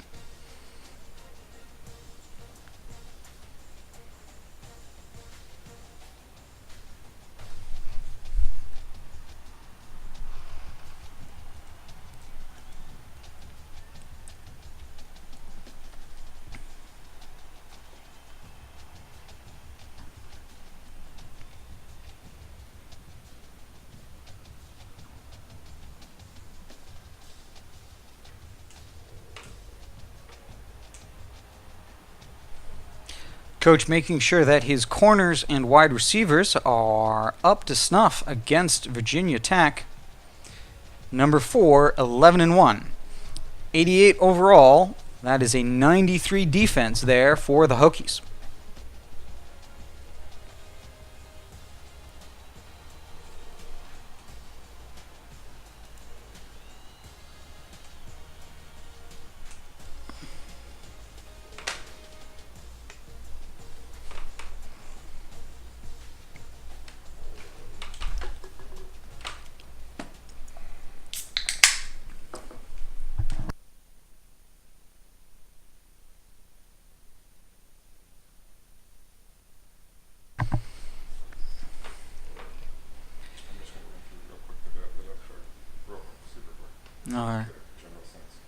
Looking at a Virginia Tech team who is 39th on the rush and 98th in the pass. They prefer to run. They're only 52nd in points, but the reason they're here is because they are second in the country in points against, 4th overall in yards against, 7th against the pass, and 13th against the rush. It is an incredible defensive performance for Virginia Tech. Top players for home. Nijman is injured. He is out for the season. He's one of their best players, but that right outside linebacker and that free safety, brothers, and they're going to combine for a fantastic defense there. They are the first pair of brothers ever to be drafted in the first round. If we take a look on Syracuse, Dungy and Strickland and Hoffrichter providing field position for Dungy and Strickland to bring the game. As you know, Dungy's passing and Strickland's running. Dungy's ability to run huge, 1,187 yards on the ground for Dungy, and Strickland gets a lot more passing than most halfbacks. And that forces in all formations, forces defense to cover a lot more than they'd like, even when it looks like a passing down or looks like a running down. Leading Heisman candidate. And no injuries for Syracuse, but 2 important losses there, including one of the top 3 players for Virginia Tech. So without further ado, let's get to the ACC championship game in Charlotte, North Carolina. Home of the Carolina Panthers. We'll see Dungy do his best Cam Newton impression this evening. The showdown for a title is not far away. We've done all we can do here. Time to tee it up. Let's send it out to Brad and Kirk for the call. David and I will be with you at halftime. Because in either game, life or football, the margin for error is so small. I mean, 1/2 a step too late or too early, and you don't quite make it. 1/2 second too slow, too fast, you don't quite catch it. The inches we need are everywhere around us. They're in every break of the game, every minute, every second. On this team, we fight for that inch. On this team, we tear ourselves and everyone else around us to pieces for that inch. We claw with our fingernails for that inch. Because we know when we add up all those inches, that's gonna make the fucking difference between winning and losing. Between living and dying. I'll tell you this, in any fight, it's the guy who's willing to die who's gonna win that inch. And I know if I'm gonna have any life anymore, it's because I'm still willing to fight and die for that inch. Because that's what living is. The 6 inches in front of your face. Now, I can't make you do it.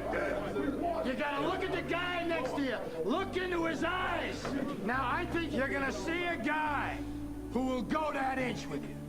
You're gonna see a guy who will sacrifice himself for this team because he knows when it comes down to it, you're going to do the same for him. That's a team, gentlemen. Spanning more than 10 successful seasons and covering the country from California, Ohio, North Carolina, and Virginia. This is League One NCAA football.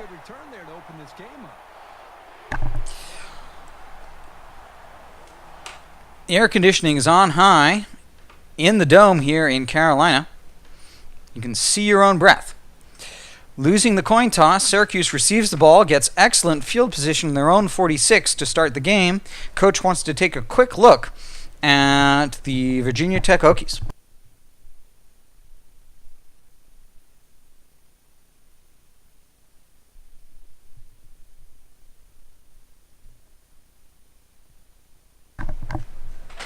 Yeah, just a quick look at Virginia Tech's roster. We're expecting the freshman Josh Jackson, who's extremely quick with low awareness, to be able to be scrambling a lot. He's only 44% completion.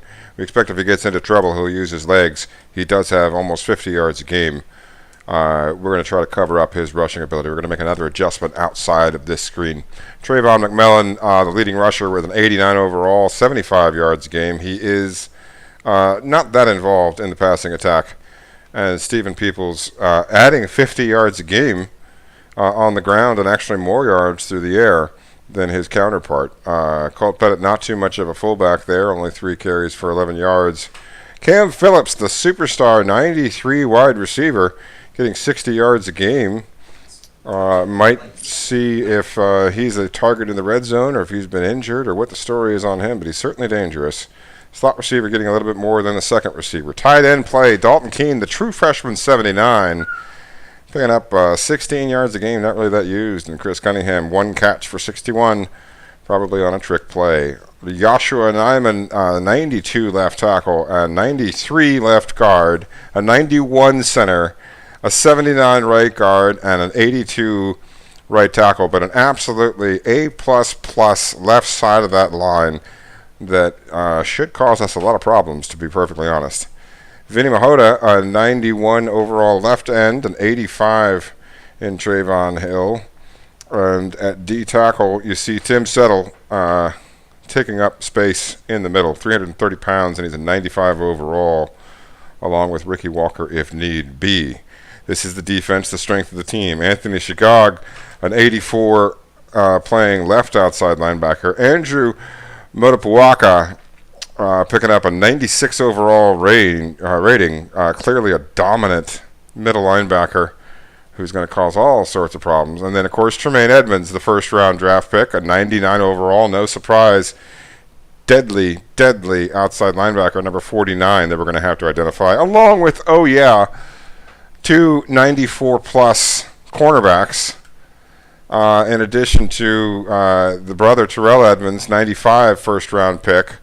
There's just all sorts of scary. 94, Mook Reynolds is injured, but he's going to be playing, and Alexander, can play perfectly well as well. So this is a defense that's just ridiculously stacked. We're going to try to not turn the ball over, and we're going to try to do our best.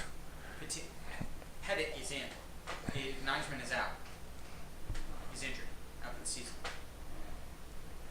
So big news there at left tackle as you see Pettit, number 80, would be the preferred option, the little 265-pounder. If Nyman can't go, Moore, 77, would still be a benefit. But we're hoping to see 80 and not 77.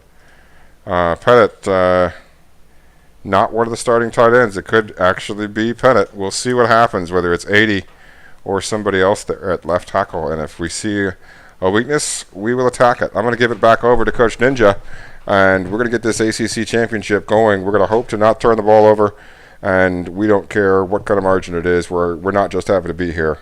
We're going to try to win this thing and go to the Orange Bowl. Thanks, guys.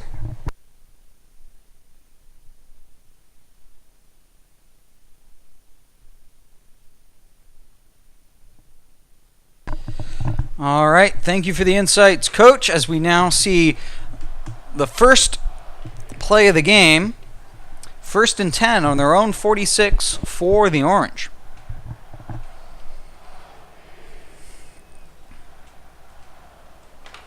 Your traditional start of the game ritual, 5 wide receivers. A quarterback in the gun with 5 receivers. It is the But it's picked off. He's at the 40. middle slant, and it is picked off by Alexander, that fantastic corner. And he's a little bit quicker than a safety because he's a corner. He gets in, and there's a touchdown-saving tackle there. But that's a first play of the ballgame as we now see 1 tight end and 2 halfbacks, 2 wide receivers coming out of the huddle for the Hokies. From the 28-yard line. First down. This is a wing bone. He's under some heat. Rifles this one out to the left. Carroll, 17 yards. Defender froze on the ball. Joshua Jackson, 1 for 1. And hurrying up. They executed that one perfectly.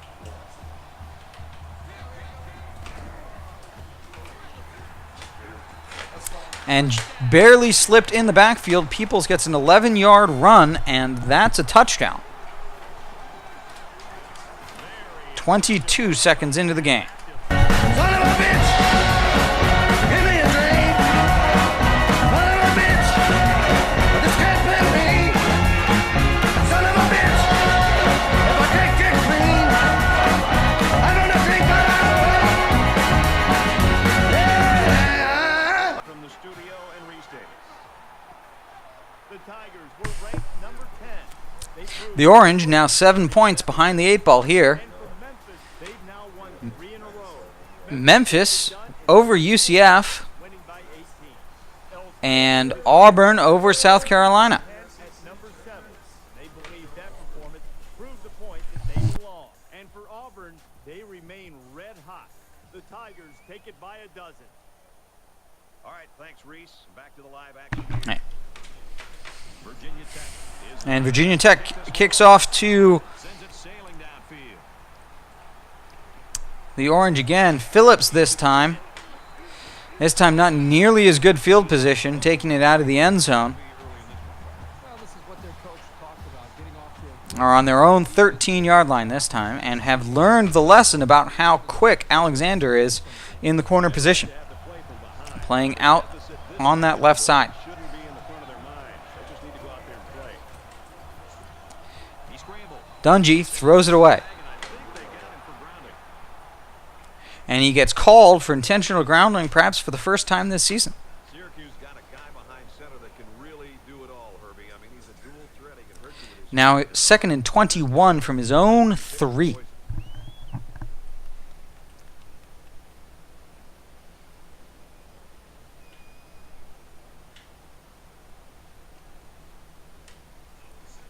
So it's 2nd down and long now after the penalty. 4 down linemen here. I'm not sure if it's anywhere from 2 to 4 linebackers. Dungy keeps it on the run, the quarterback wrap, and he gets to 3rd and inches when they say he's down. It's only 37 seconds into the game. Really too early to challenge the spot of that ball. As we now see a Maryland eye here with Mahoney in the heavy set, as is traditional. 4 down linemen, but some big gaps between them as Virginia Tech spreads them out all across the heavy set. Taking all the time in the world here, Syracuse at the line of scrimmage. It's the handoff to Perkins. Gets 5 yards, Tyrone Perkins. Halfback number 2.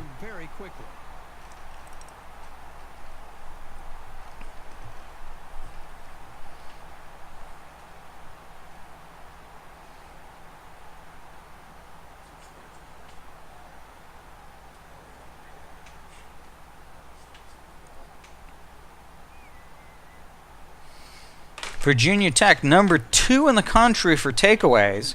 No surprise there that they jumped on that ball. Syracuse only hoping to limit the number that they give up overall. Dungy gets 3 yards on the rush as he sees a gap up the middle on the quarterback keeper that closes quickly when the defensive tackle gets off of his block. That's a lesson he's going to learn for the rest of the game, to not quite count on that opening up the middle. Phillips on the drag. It's a good clear out there. The halfback coming across from the backfield draws the defender, and the quick hitter gets yardage.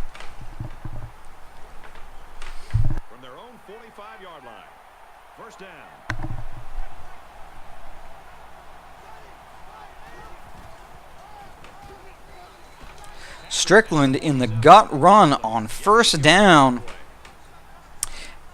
A conservative play that goes for big yardage because it is not really what you expect if you're watching game film from the Orange. You don't expect a conservative up the gut run out of the shotgun on first down from the Orange. It's second down, and they're about 2 yards away from the sticks. Dungy under center now in the eye, tight end to the right, fullback and tight end behind him in the backfield. Strickland gets 2 yards and is 3rd and inches as the secondary man, I believe, comes out from the flat to get the tackle from behind.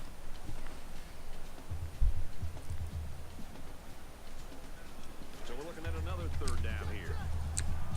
It's taken 2.5 minutes, but Dungy and the Orange are now back at their own 46, as you see Dungy audible into the 5 wide from the eye.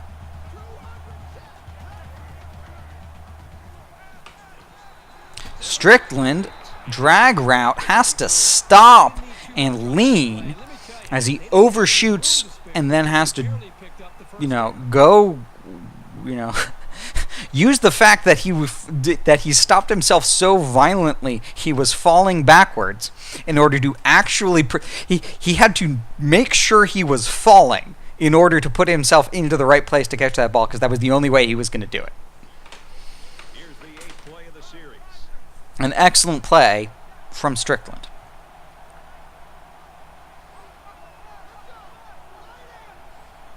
As we see Syracuse continuing to want to take a lot of time. Phillips this time hit right after he catches, coming across from right to left in the drag. Gets 4 yards on first down, definitely a win. Now in enemy territory.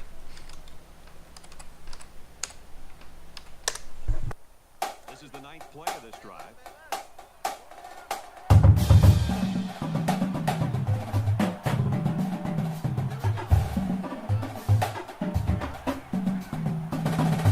Under pressure. Quarterbacks go to run it, and he's got room to work. And down he goes. Dungy scrambling and seeing green space in the middle, but no blockers, and blockers on the right. He elects to take the blockers, and it makes sure that he gets first down and out of bounds. And he gets hit a little, but he doesn't get hit a lot.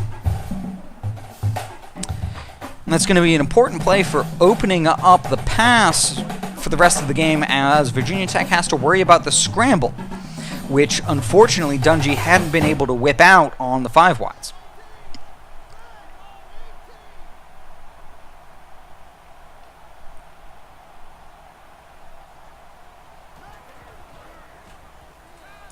That's a closely threaded pass there to Dante Strickland coming out of the backfield.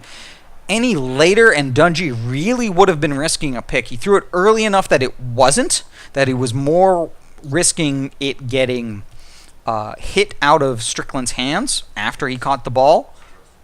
But that's trust in Strickland, and that's knowing that that pass is only there early against the quality linebackers of Virginia Tech.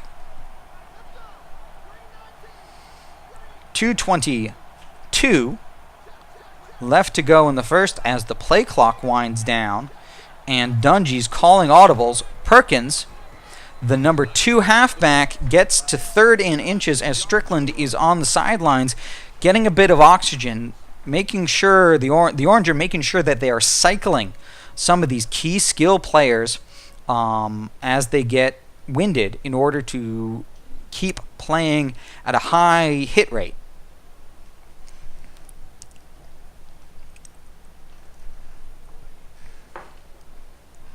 It's now 3rd and inches for the Orange. It's the 21-yard line. They are in field goal position. We see 4 down linemen, 2 of them bunched in the middle, and 2 of them out wide over the tackles. And Dungey tries the play action and not buying it, and lucky to get the ball out to the ground in order to retain possession. Coach's play here. Syracuse is going to kick.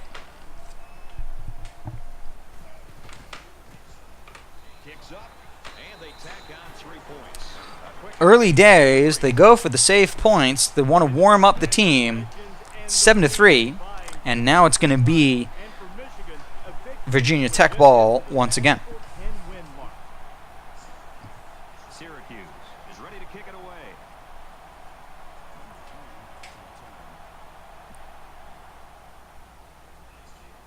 Nice kick, plenty of distance.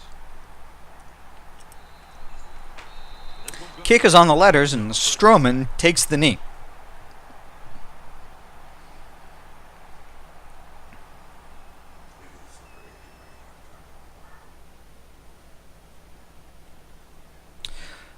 Looking at that positioning here, you see a halfback, 4 wide receivers, and a tight end. The reason that tight end's in is because that tight end, number 80, is playing left tackle.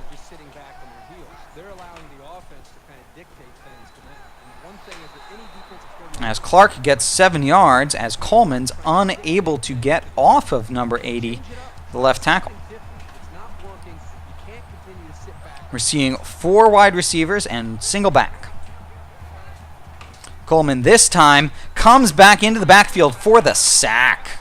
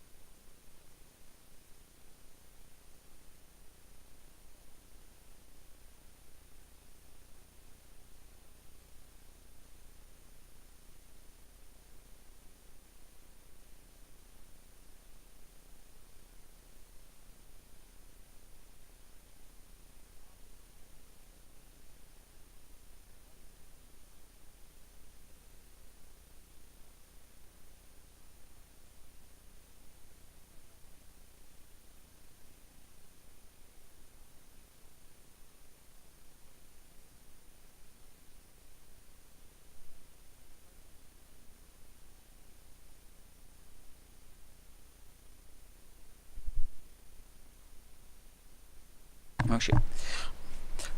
I was on mute, apparently. A number of formation subs here as we now see Whittier being put in at outside linebacker in order to put in the normal left outside linebacker, Thomas, at right end in order to take advantage of a positional matchup because a tight end is playing left tackle for Virginia Tech.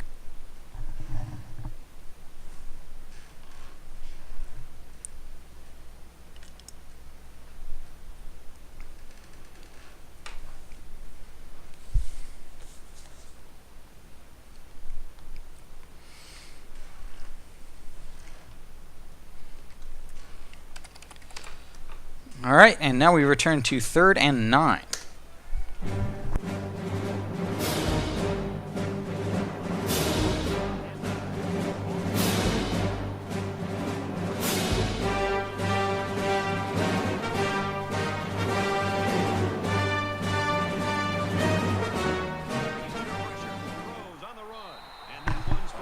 Pressure with the 3-man front. Excellent pressure and good coverage by the 3 and the 5. Force the punt here.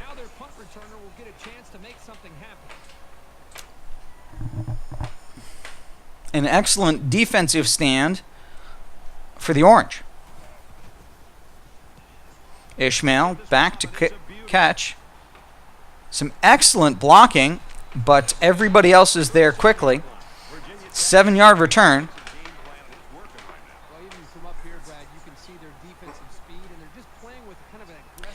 On their own 37.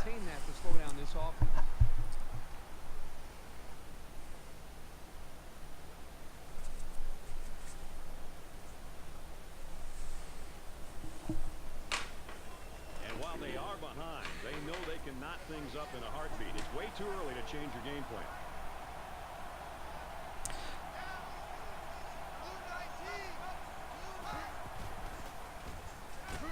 Strickland out of the backfield from the flex bone for 4.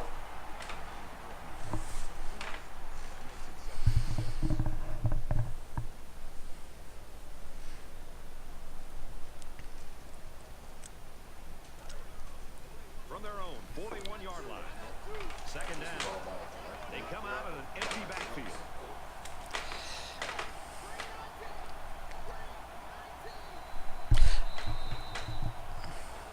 And coach calls a red arrow back there, coming out to see what they look like against the formation.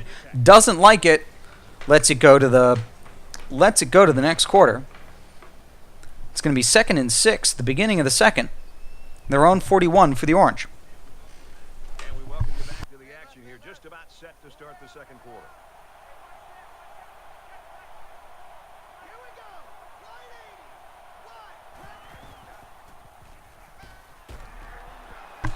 Strickland out of the backfield, catches it right after the cut, gets stood up but doesn't go down. Makes sure to get it to 3rd and inches rather than being pushed back for 3rd and 3.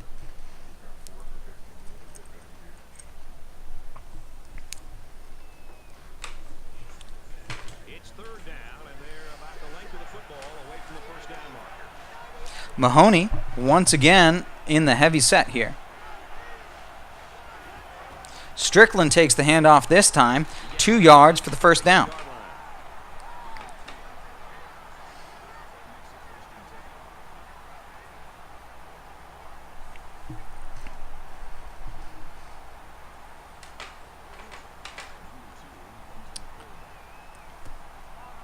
Two yards short of midfield. We once again see 5 wide here for the Orange. Dungy is out and running. And he throws the ball away as the scramble is well covered by a corner and an end.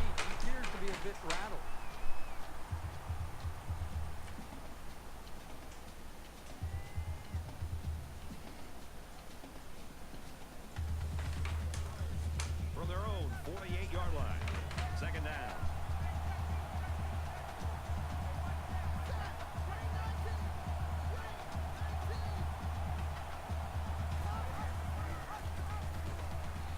Strickland takes advantage of large gaps between the defensive line there to run for 9, make it 3rd and 1.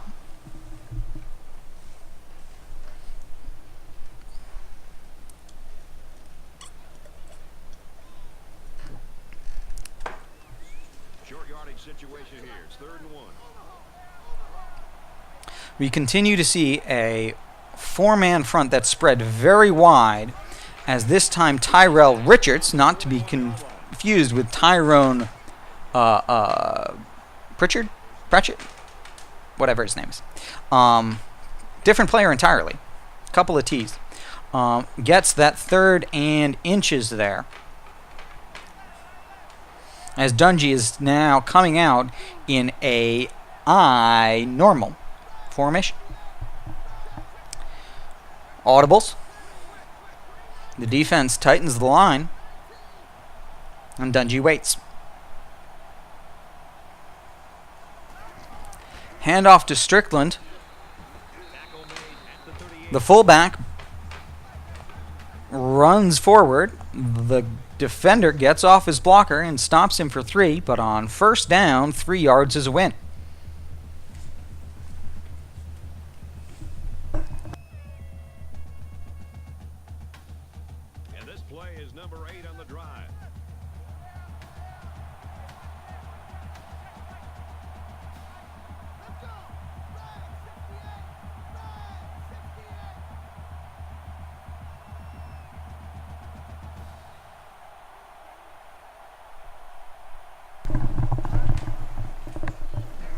Strickland out of the backfield on 2nd down, gets 5 yards as linebacker has good middle coverage. Was able to pick up yards underneath the coverage. It's okay to move the ball in small portions because it relaxes the offense. It can open things up for the big play.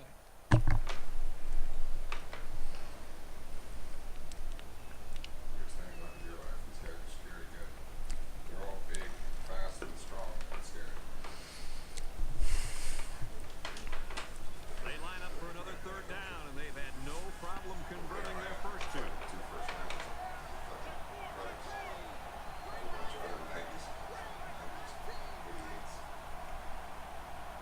Ishmael in motion. Dungy keeps it. Gets inside and gets the 1st down. 30-yard line.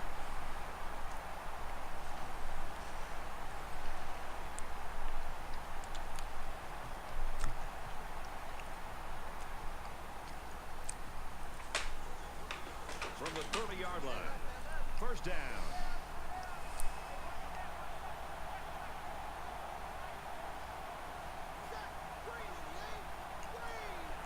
Dungy comes in motion. Down at the 35-yard line. Loses 4 yards out of the Wildcat. bit on the run. They can get some protection. They might want to open up a little bit of space for some passes underneath.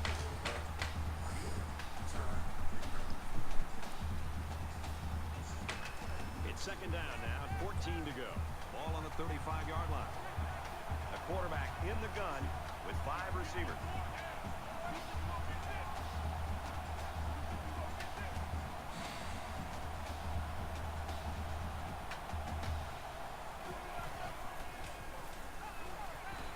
Phillips is wide open before he makes his cut, and Dungy sees it, hits him for 13. And finding the guy who had the best chance of making a catch.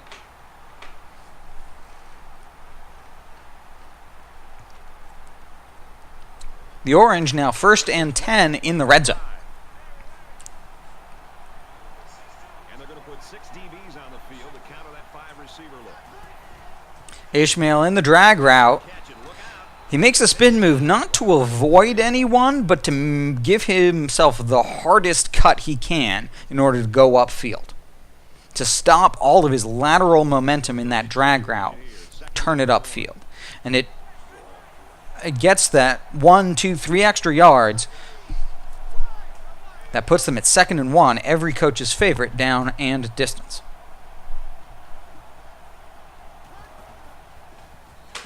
And he's there for the touchdown.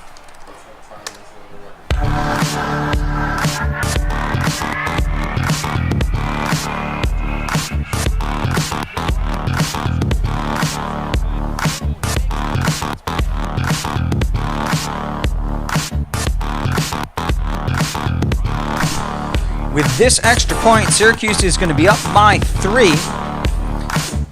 Virginia Tech has 3 minutes, 3 timeouts.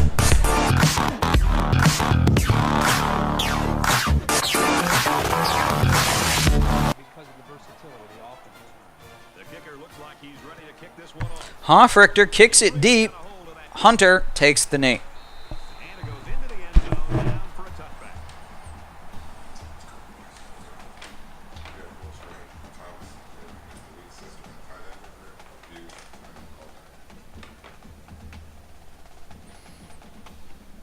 Looking at another spread set here. With 1 quarter down, I really haven't seen too much separation between these two squads. Might be neck and neck the whole way.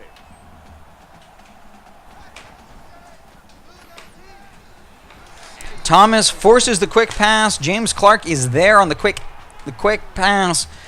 Gets 9 yards, 9 feet, and 9 inches.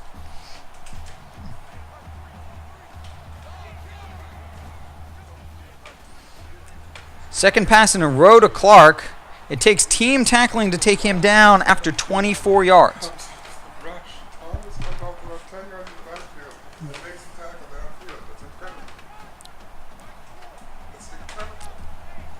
Incredible play by Thomas to turn around from the backfield and go for the receiver. Needed to happen. Touchdown saving tackle as Thomas comes in, gets the sack, but probably... Yep, looks like a face mask on Thomas. Just unfortunate. A great play turned into a terrible play, as it now puts Virginia Tech on the Syracuse 33-yard line with 1st and 10.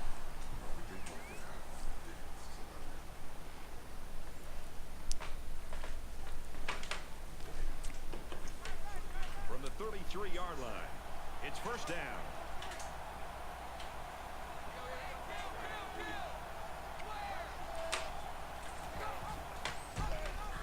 There he goes. He's at the 20. Team tackling stops Stephen Peoples for 22 after he runs up a large gash in the Orange defense.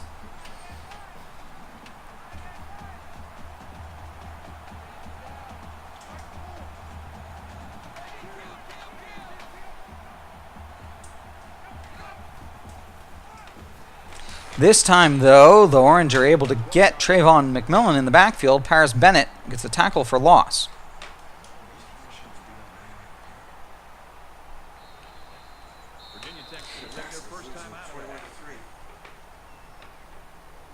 Some interesting scores coming across the bottom of our field here, but of course, coaches purely focused on Virginia Tech and the 2 minutes, 1 second left in the first half.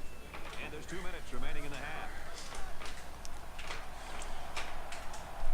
3-3-5 defense here for the Orange. It's a handoff to McMillan. He gets 10 yards. It's going to be 3rd and 2 from the 2.5. And they come to the no huddle.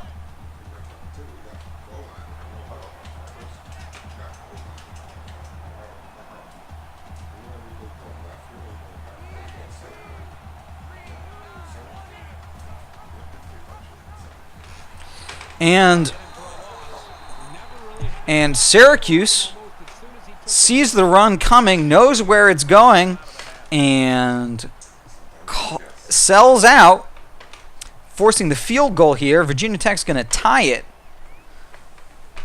with 1:34 left in the half. Syracuse is going to have 2 timeouts and minute 30 to work with. Is down 3 and looking to tie it up. It's up and it's good. Even though they gave up a field goal here, that defense is feeling pretty good about themselves right now. That's bend but don't break defense there for the Syracuse Orange. Couple of 4-point saving plays there in the apparent refrigerator that is Charlotte, Carolina. As Ishmael gets a 29-yard return, looks like out to the 27 might be where they're marking it. Minute 26, 2 timeouts. Dungy and the high-power Syracuse offense. They've been like a couple of fighters feeling each other out so far.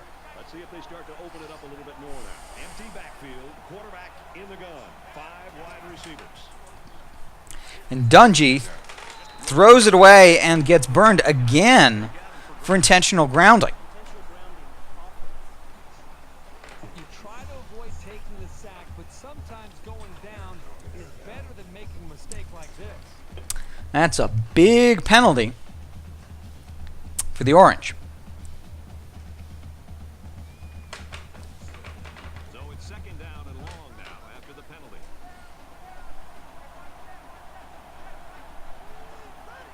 Ishmael in motion. The pitch is out. One defender. Got some open field. Nice run. Can't beat him. Gets 4 yards. It is 3rd and 18 as Virginia Tech calls a timeout at 1:16. Well, let's see how that affects them here in this situation. The Hokies trying to exploit 3rd and long.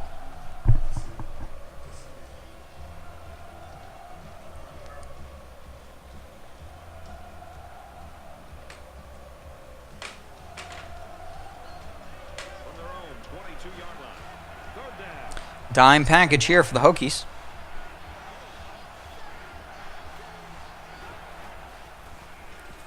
Ishmael wide open over the middle, 18 yards.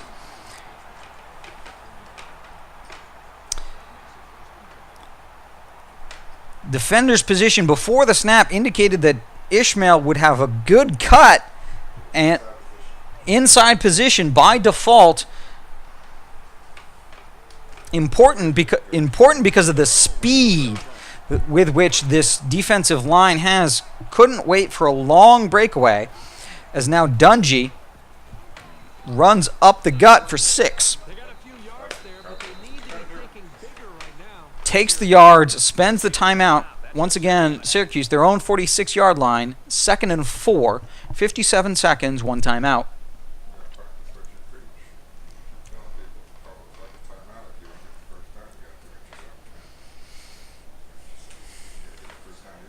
So it's second down now, and they need about 4 yards to pick up the first.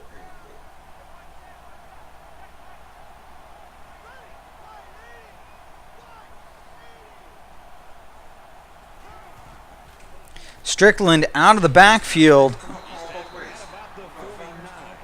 looking for the Strickland looking for the face mask. It's not there. It was pretty blatant. 6,000 offensive yards in the season as the clock is live for the Orange. From the 49-yard line.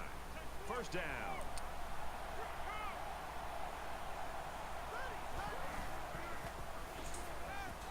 Dungy outside of the pocket this time, does not get called the intentional grounding. Stops the clock at 38 seconds.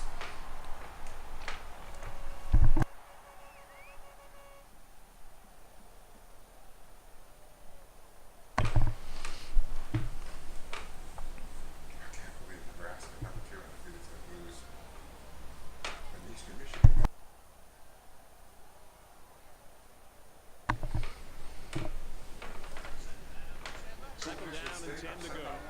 Ball on the 49. Dungy in the eye.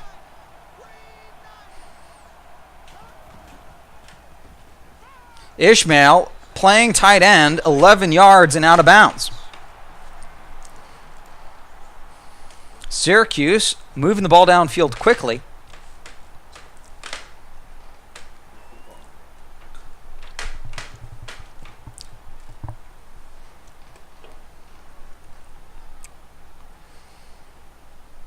On the 37-yard line, the Orange are knocking on the door of field goal range. It's first and 10. Ball on the 37-yard line.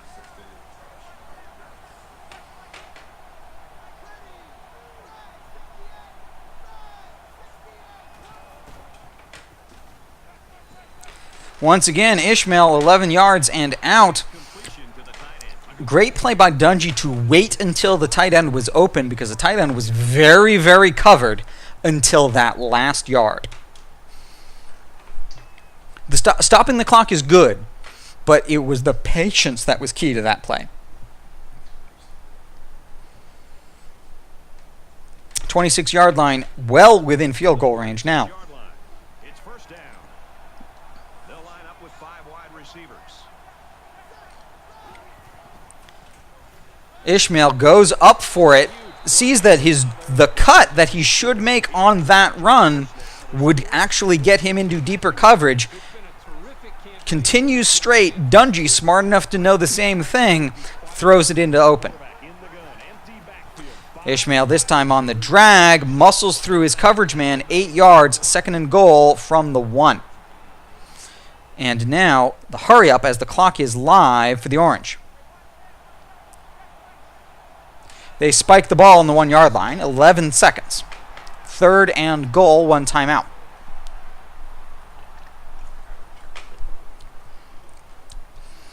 Sacrificing a play and a couple of seconds there to protect the field goal. A smart, safe play by Dungy.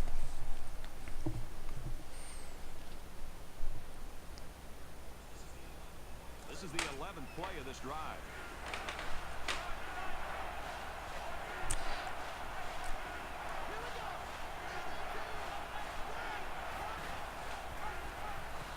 Dungy muscling forward for the touchdown. By the power of Grayskull. After the read option.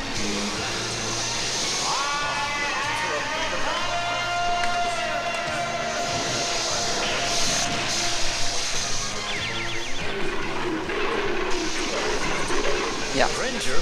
No, you had to. And I became He-Man. Dungy, of course, a double major in economics and mathematics. Very aware of the percentages and the down and the distance and what he needs to do to get things done. A student of the game by all measures. Gives Syracuse a 17-10 lead with 8 seconds left to go in the first half. This one's going to be down in the end zone for a touchback.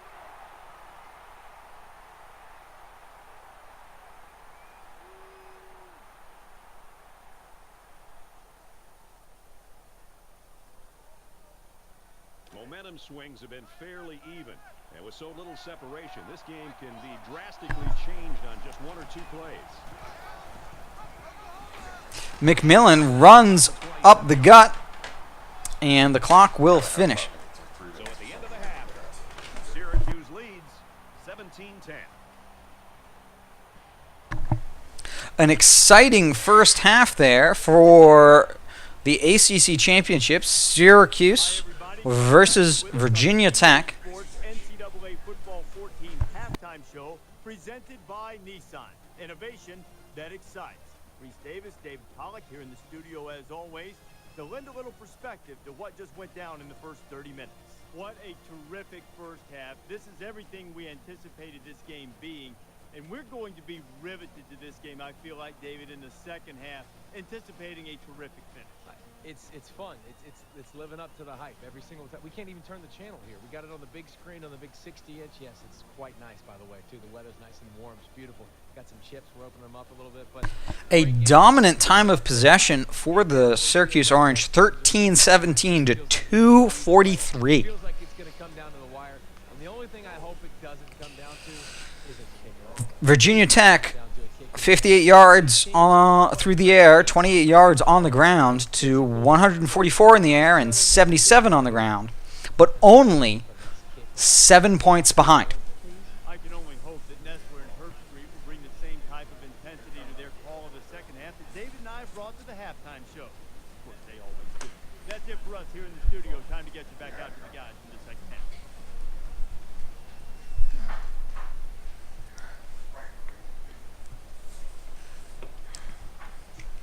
A quick look at your halftime statistics.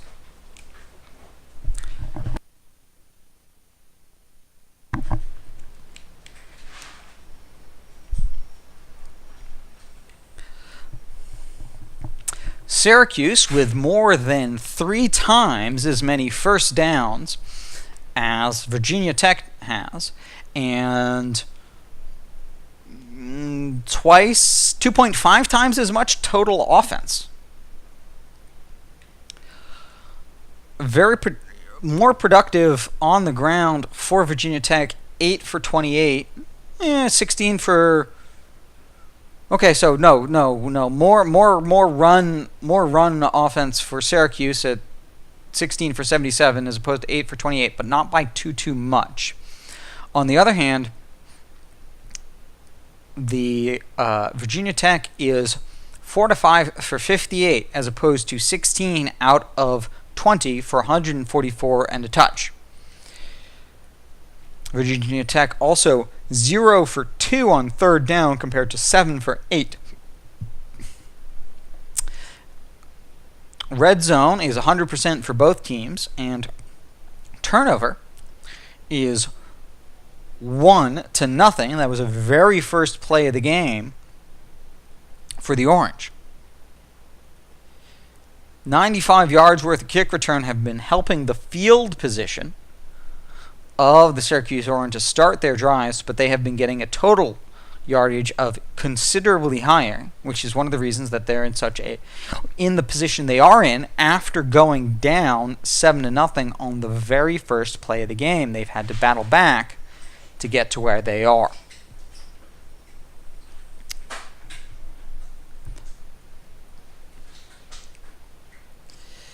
Those yards coming largely out of Dungy's 144 passing. On the ground, Dungy has 37, Strickland has 24. It is receiving Ishmael and then Phillips and then Strickland in yardage that has been putting the numbers on the board for Syracuse.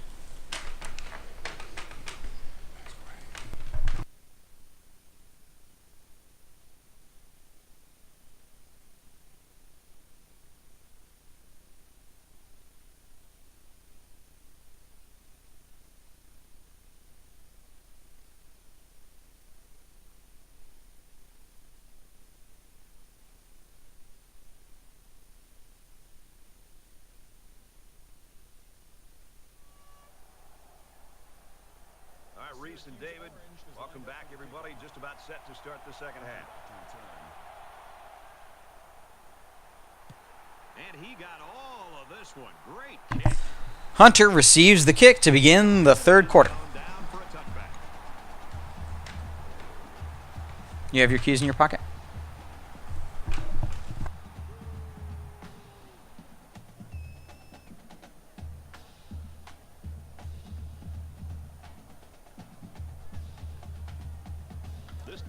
Can be easily overcome, sure. First and 10. If they don't get something going on this series, the burden is going to be felt by their defense.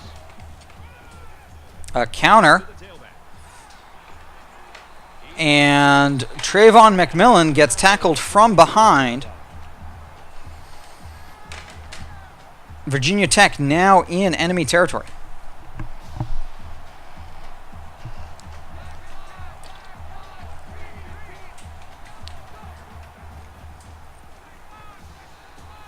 Trayvon McMillan there out in the flat on the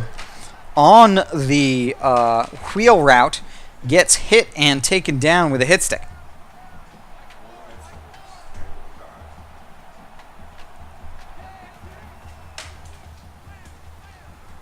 Phillips this time over the middle gets 15 as Virginia Tech is hurrying down the field in their attempt to resolve this deficit.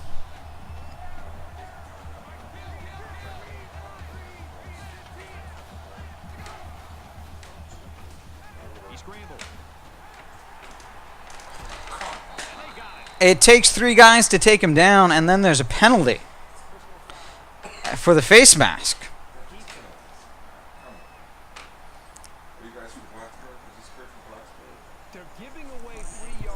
That is a huge penalty to put Virginia Tech on the 14-yard line.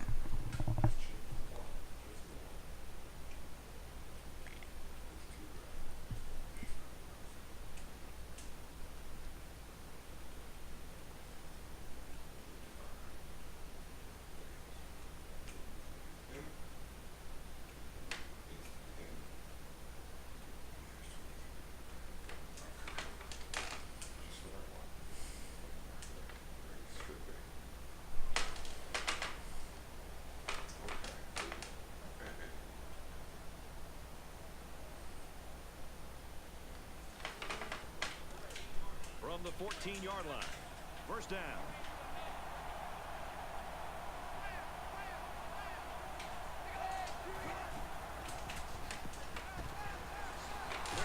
And the quick hit to the receiver, because he's rushed by the blitzing linebacker, goes for 3 as the second man tackles him.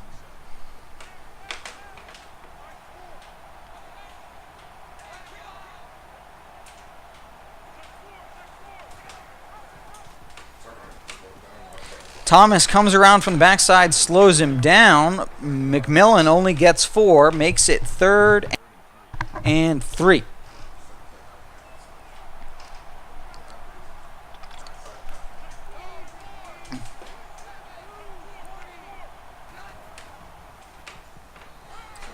And Zaire Franklin gets the deflection, but not the pick. Virginia Tech forced to kick, and that's a 4-point saving deflection, but it also saves the Orange being backed up against their own goal line with first and 10 from the 2. So that might be actually 3 points well given to Virginia Tech.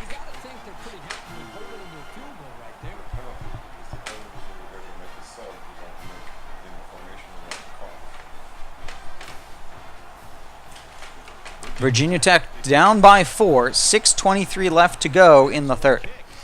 Ishmael receives the kick in the end zone, beats one guy, and gets hit hard.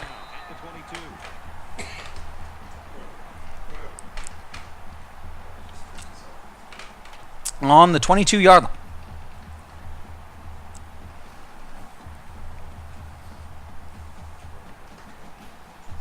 The offense will take the field, and they've been moving the ball very well on their last couple of drives. Quarterback all by himself in the backfield with 5 wideouts. Dungy scrambling. Now he's scrambling. And a good block in the field gets Dungy first down and slide. He's going to do whatever it takes to help his team.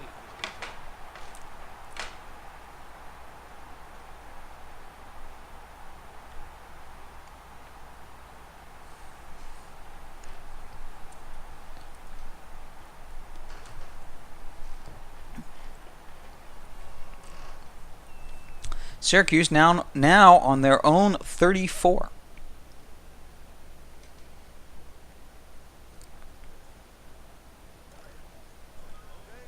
From their own 34-yard line. First down. They come out in a 5-wide set.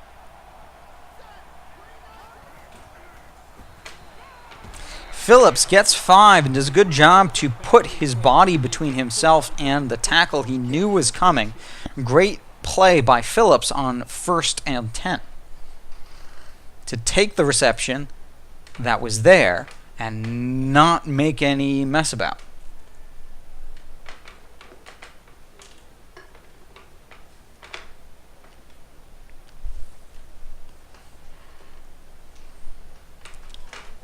From their own 39-yard line. It's second down. We're seeing now a split here out of the shotgun.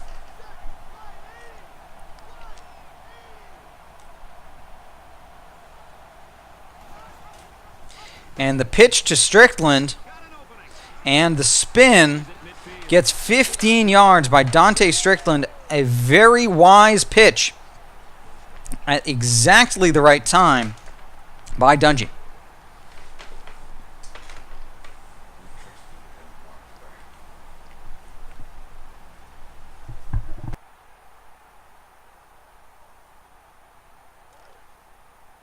First down, 10 yards to go.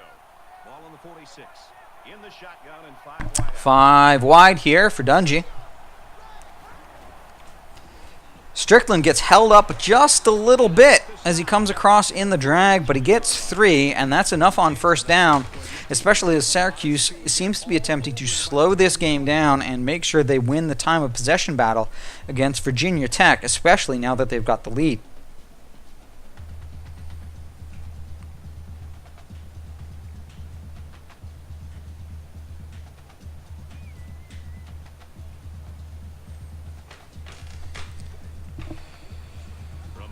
3-yard line. Second down.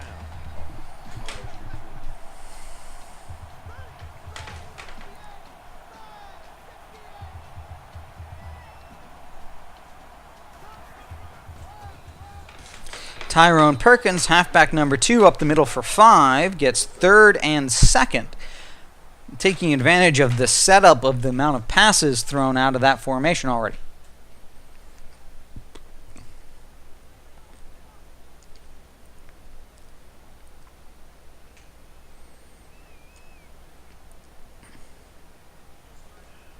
It's 3rd down, and they're about 2 yards shy of the sticks. Syracuse is up by 4. Strickland gets stood up for 0. It's 4th and 1 in no man's land, and an important decision here for Coach Spectre.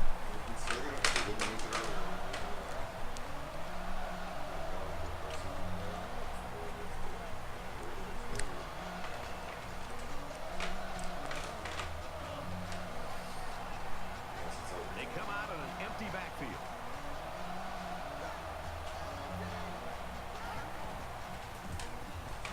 Ishmael holds on to it for 3 yards in the first down on 4th down.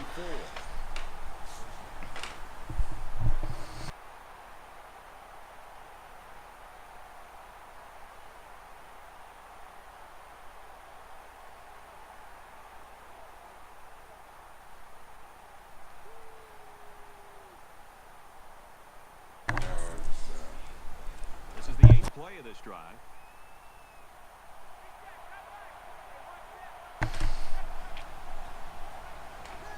Single back on the right, no tight end. Slot receiver Ishmael on the left.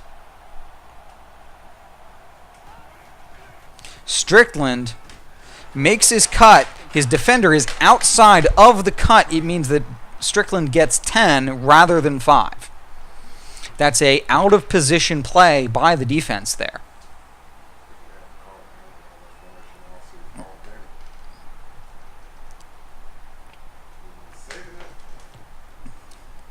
It's the 23-yard line. It's 1st and 10. It's 2 minutes and 19 seconds with a live clock. And this is the 9th play of the current drive.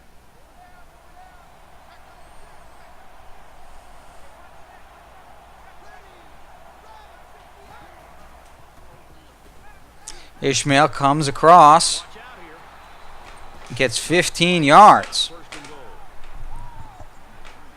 With the double move out of the stick and nod.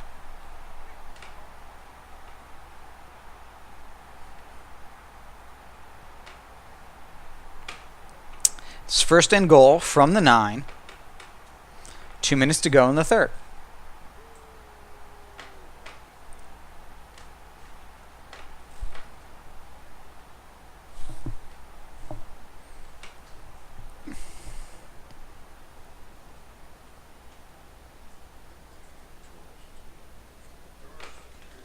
This is the 10th play of this drive.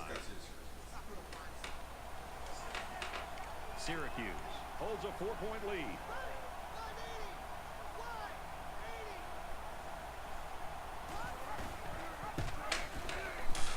Tackled after decent pickup.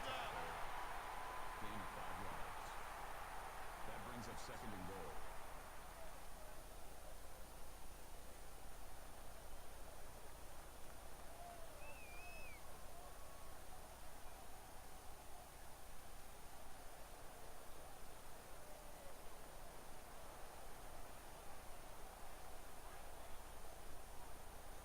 And this is the 11th play of the current drive. 2nd and goal from the 4. 1 minute in the third.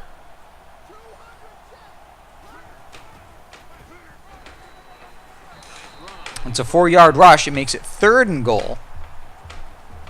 Interesting to see what Coach does here for that last yard to pay dirt.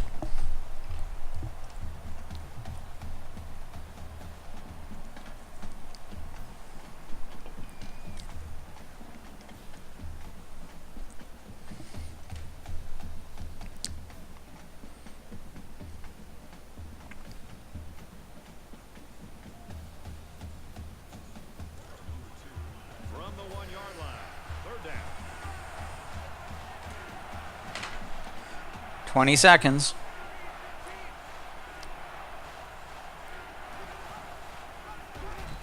And Dante Strickland is stood up for a loss of 1. It's 4th and goal from the 2. 10 seconds in the third.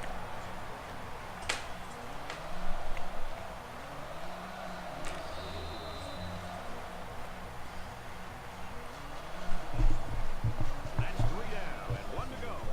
Syracuse up by 4.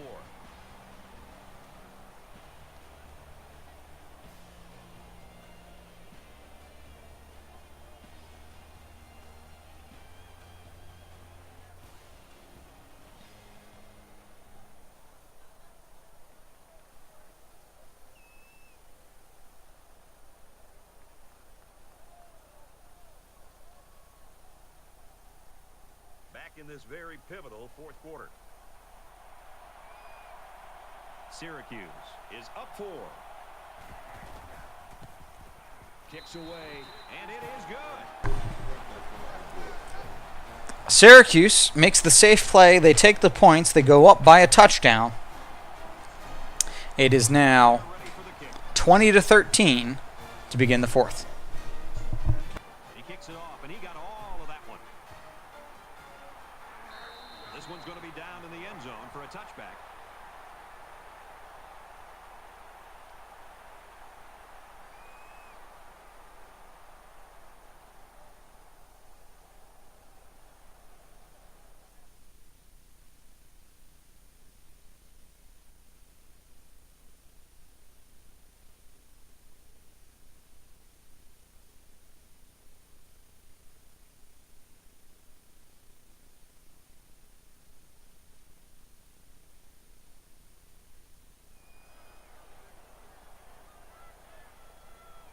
Both teams realize that when the ball is snapped, we're one play away from a very different ball game.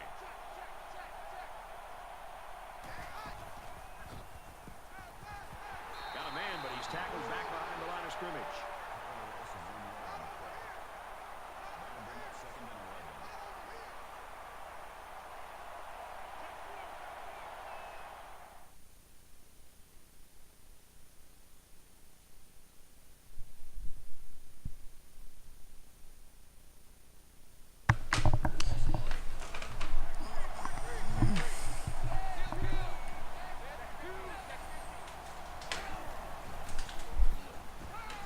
Second play in a row, the pass out into the flat is caught quickly. It makes it 3rd and long for the Hokies.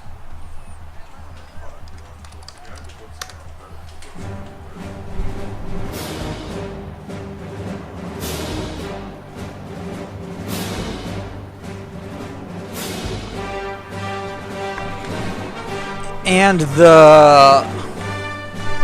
I can't even remember the word I'm looking for. The screen, that's the word I was looking for. The screen on 3rd down for 3rd and 11 gets blown up.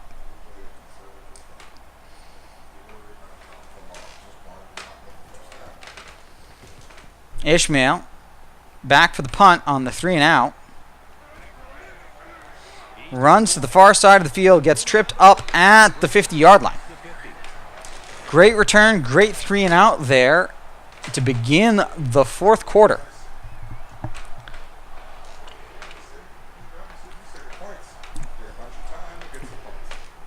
Syracuse in control of their own destiny at the moment.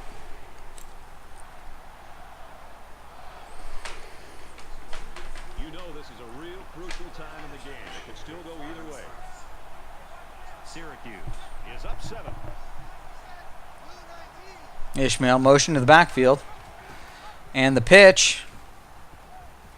The blocking and the pitch mean that Steve Ishmael gets 7 yards out of play. That would have been nothing if the pitch hadn't worked.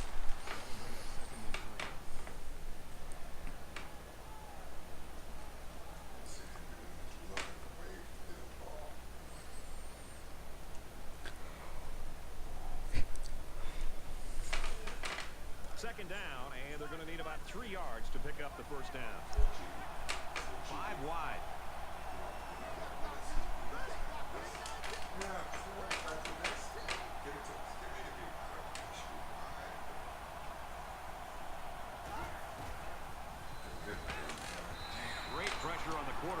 That's a deflection. It's going to be 3rd and 3 on the 44.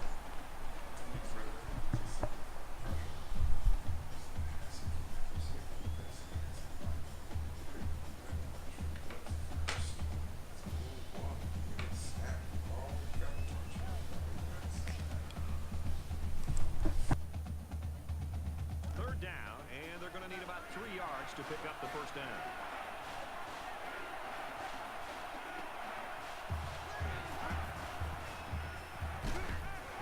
Very good tackle. Strickland very lucky to keep the ball in his hands and get past the down marker. And getting hit. Getting hit right at the line.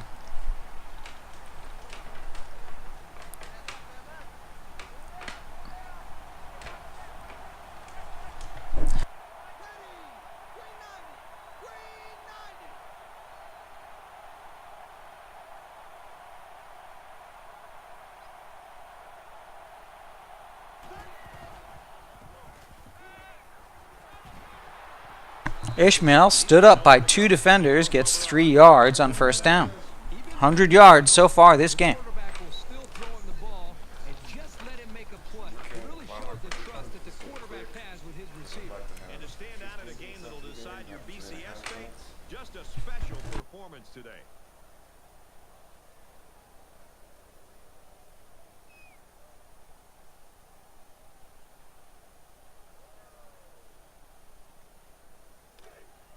Second and 7. Ball on the 37-yard line. Syracuse is up by a touchdown. Here we go. Red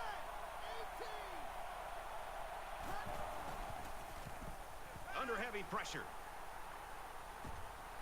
Slides down to the ground. A good quarterback knows when and how to improvise. And if he's got The scramble out of dodge opens up great downfield green space in order to get the first down there for Dungy on the run.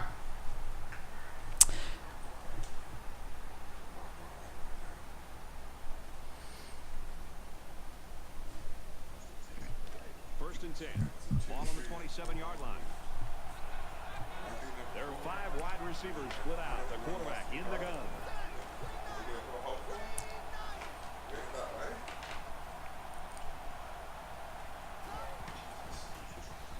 Dungy takes the sack and loses 11.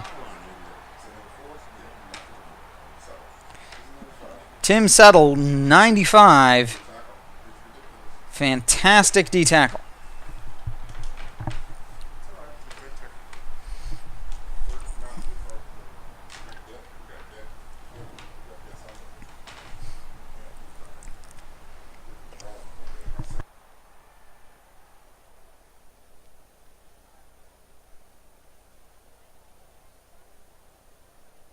So the sack makes this a second and long.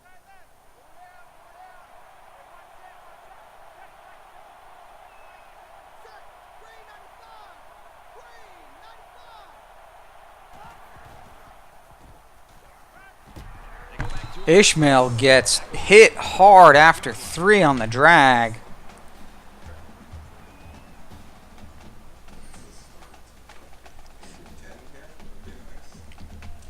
Third and 18 from the 35.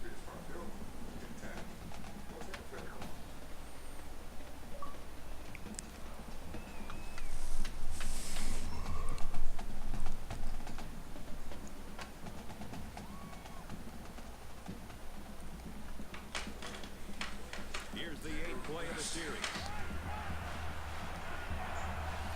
3 down linemen, something we haven't seen much of so far this evening from Virginia Tech.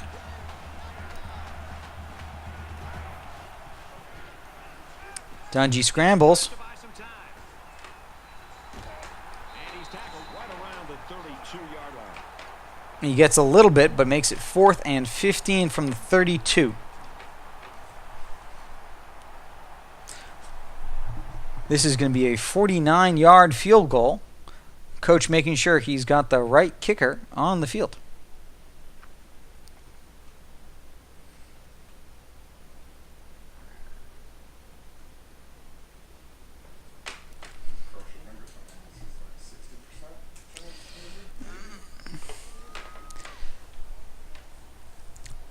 Best legs coming out. It's a matter of perfection. Looks like they're going to try for the long field goal.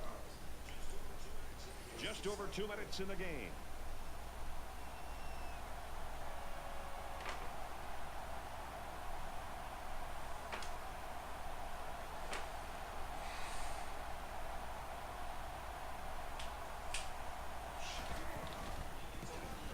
He gets it up. And he splits the uprights. Hofrichter with the power gets the 49-yard field goal as Miami of Ohio loses to Eastern Michigan. How high can they stay in the poll? The world saw this one coming. Not me. A major upset is done. The Eagles win by 15. And for Syracuse, I'm sure they're well aware now with that score in that they've got an opportunity to move up in the polls if they win today. And it looks like they're ready for the kickoff. 23-13, 2:09 left to go in the game. Virginia Tech has 2 minutes and 9 seconds to get 11 points to win the game. Got to believe that they're in a 2-minute drill. The offense back out onto the field as we get set to resume play.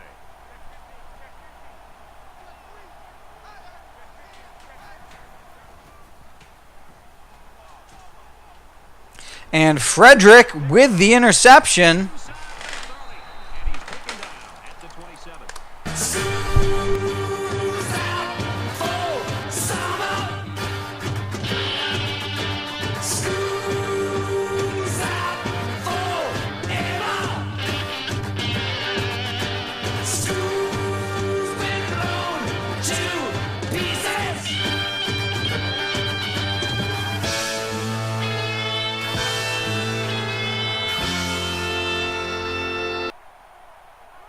Syracuse, 1 or 2 more first downs away from the ACC championship as Dungy gets sacked for -8. Just took their first time out.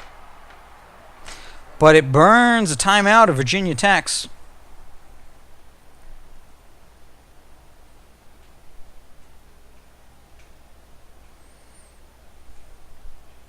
Defense looking for another sack in this second down and long situation. Just under 2 to go in the game.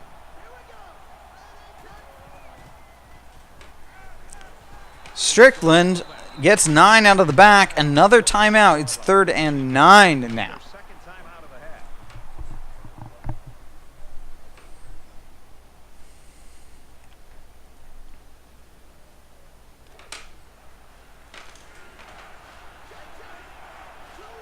They'll line up with 5 wide receivers.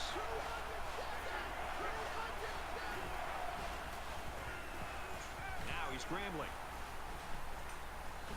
A fantastic catch by Sean Riley to get first down right out of the jaws of the defender.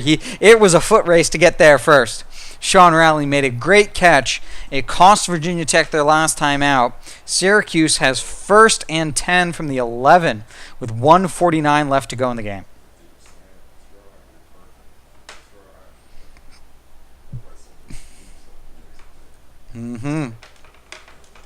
First down, 10 yards to go. Ball on the 11-yard line. Defensive coordinator anticipating this Yeah, he's- wide set, and he comes in with his dime package. Dungy scrambling. He's under some heat. Goes to the receiver, incomplete. It's incomplete, but Dungy doesn't get hurt. The quarterback looked a little flustered. He was unsure where to go with the ball.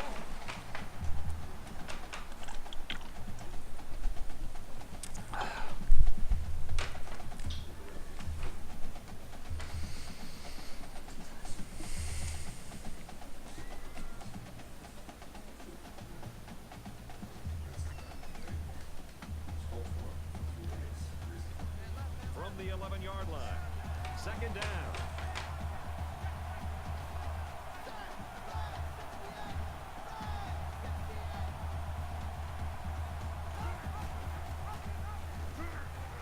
Strickland barrels through for the touchdown. Did a lot of yeoman's work this game. When the East is in the house. Oh my God. When the East is in the house. Oh my God. When the East is in the house. Oh my God. When the East is in the house. Oh my God. When the East is in the house. Oh my God. When the East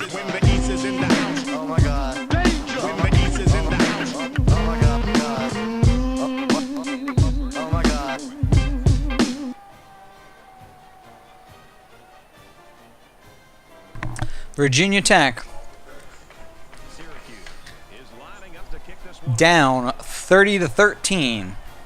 1 minute 39, no timeouts. He sends this one deep. This one's going to be down to the end zone for a touchback. Syracuse defense has just been awesome here in the fourth quarter. And the thing that's really stood out to me, Brad, is that when they've needed the stops, they've gotten it and gotten the football back to their own offense to put points up. The offense will take the field, hoping for a better result than their last drive. And we'll see how aggressive this defense is when they come back out. I wouldn't be surprised if they kept up the pressure to try to fluster this quarterback some more. Brady drops the ball here. And the defender's there for the swat. This quarter is doing good coverage against the passing game of Virginia Tech when they have to go to the pass.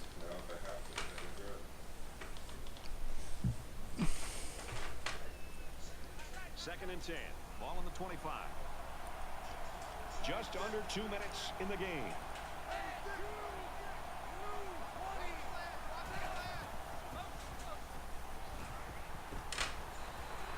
Carroll gets 12 yards to the out-of-bounds marker.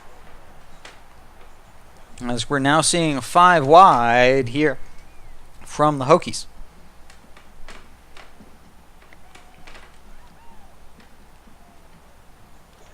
First down, 10 to go. Ball on the 37. They come out in an empty backfield.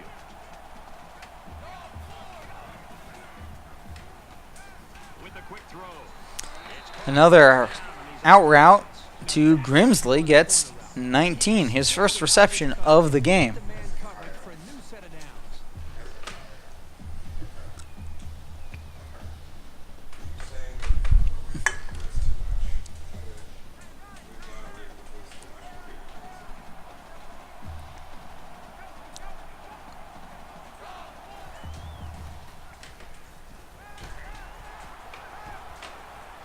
And the team tackling gets him down eventually, but not before he gets 26 yards, C.J. Carroll.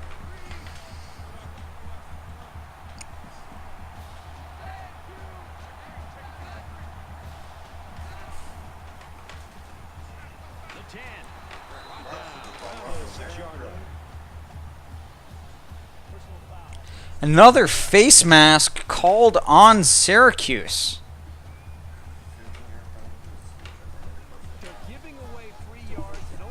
I'm surprised no one's been expelled from the game. First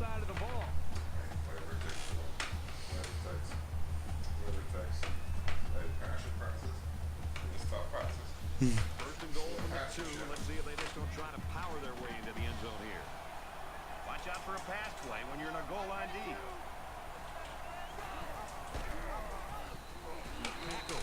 McMillan gets 0 yards out of the wing bone like thing as they hurry up to do it again. Full house. I'm sorry, it is the full house. As this time McMillan gets 3 yards.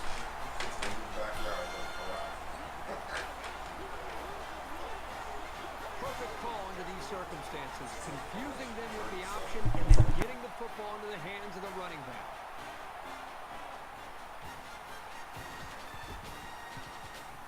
And he adds the extra point.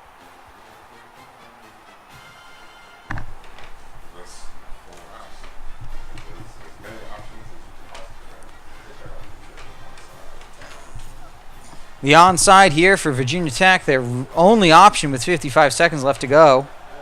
Ishmael gets his hands on it, and he keeps it. And we'll see what coach is going to do here. And he's been aggressive in the past. They're playing with the normal focus that we've seen from this team. We've seen backs at times that are breaking open. Wide receivers are making plays over the top of defensive backs. They're just not as dialed in as they normally are. And as the defense comes back out, you can be sure they're thinking about that score they surrendered the last time around. Well, I think this defense has got to do something because right now the quarterback is in such a good rhythm that you've got to do something to try to get him out of it. I would suggest trying to bring more. Dungy scrambles out, first down, To try to get him on his heels as opposed to being the aggressive. 6 seconds, 14 yards.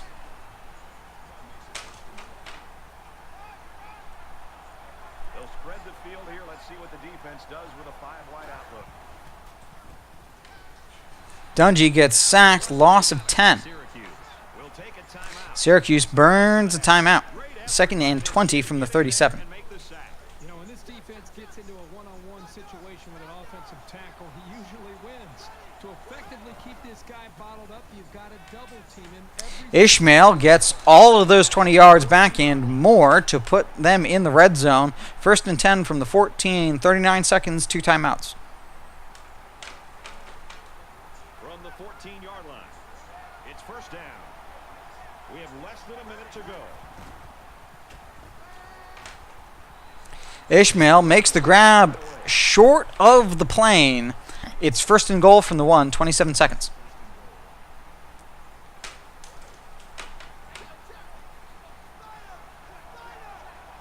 They come out in a 5-wide set. And Ishmael makes the catch. It's a touchdown.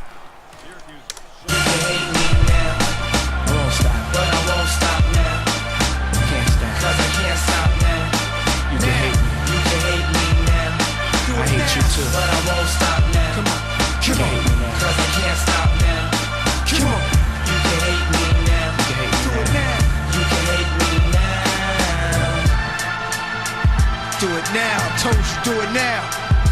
Let's go. Virginia Tech down by 17.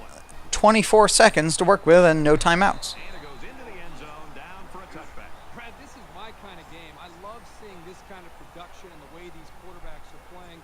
Both teams are challenging both of these defenses. Not sure that touchdown in their last possession's given them some confidence, but let's see if that carries them back down the field. And it was a really nice drive, too, Brad. The quarterback got into a nice rhythm and did a good job of picking apart the defense. Quick throw. And he tackles him hard at the 30. Much ado about no first down.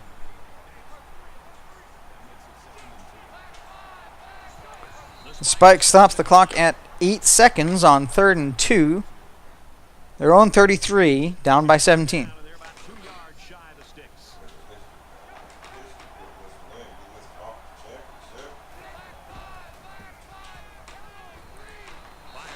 And the tackle for loss.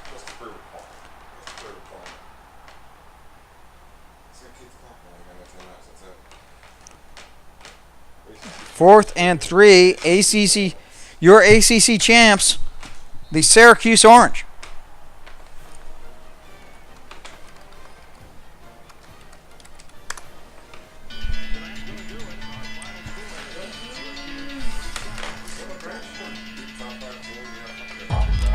A top five team goes down. An incredible run there from Strickland.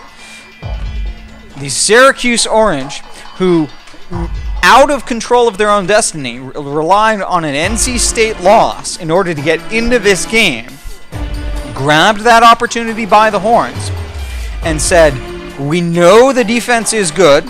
We're going to take what they give us. And that was 300 yards for Dungy alone. And that the defense would make sure that Virginia Tech's running game was unproductive enough that they had to go to the passing game, which they did not rely on most of the season.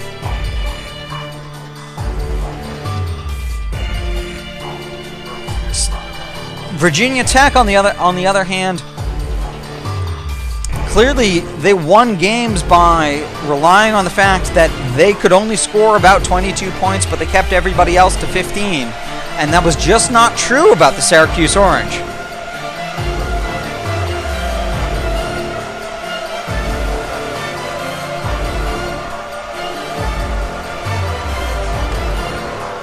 Yeah. An excellent game by Coach Spectre of the Syracuse Orange. We'll get this one in the books.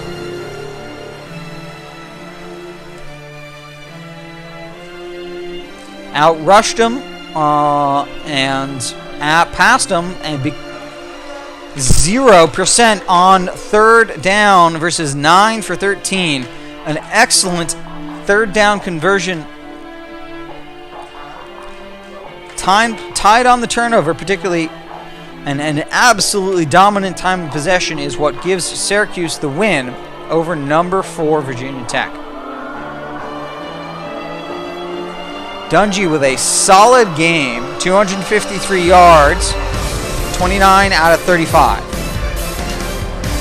First play was a pick, but was great afterwards. Dungy with 52 yards, Strickland with 53 on the ground. And Ishmael, a great game, 140 yards, and Strickland 52 yards out of the backfield.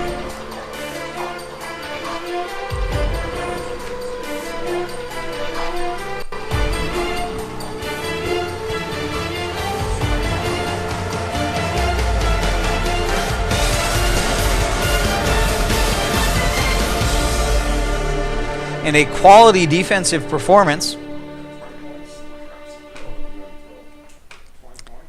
Thank you for joining us, ladies and gentlemen. We will catch you next week for bowls in League 1 Season 12. Thank you for joining us. Have a fantastic Labor Day weekend. We hope you're having a good time, family, friends, the whole shebang. And we will see you in the postseason.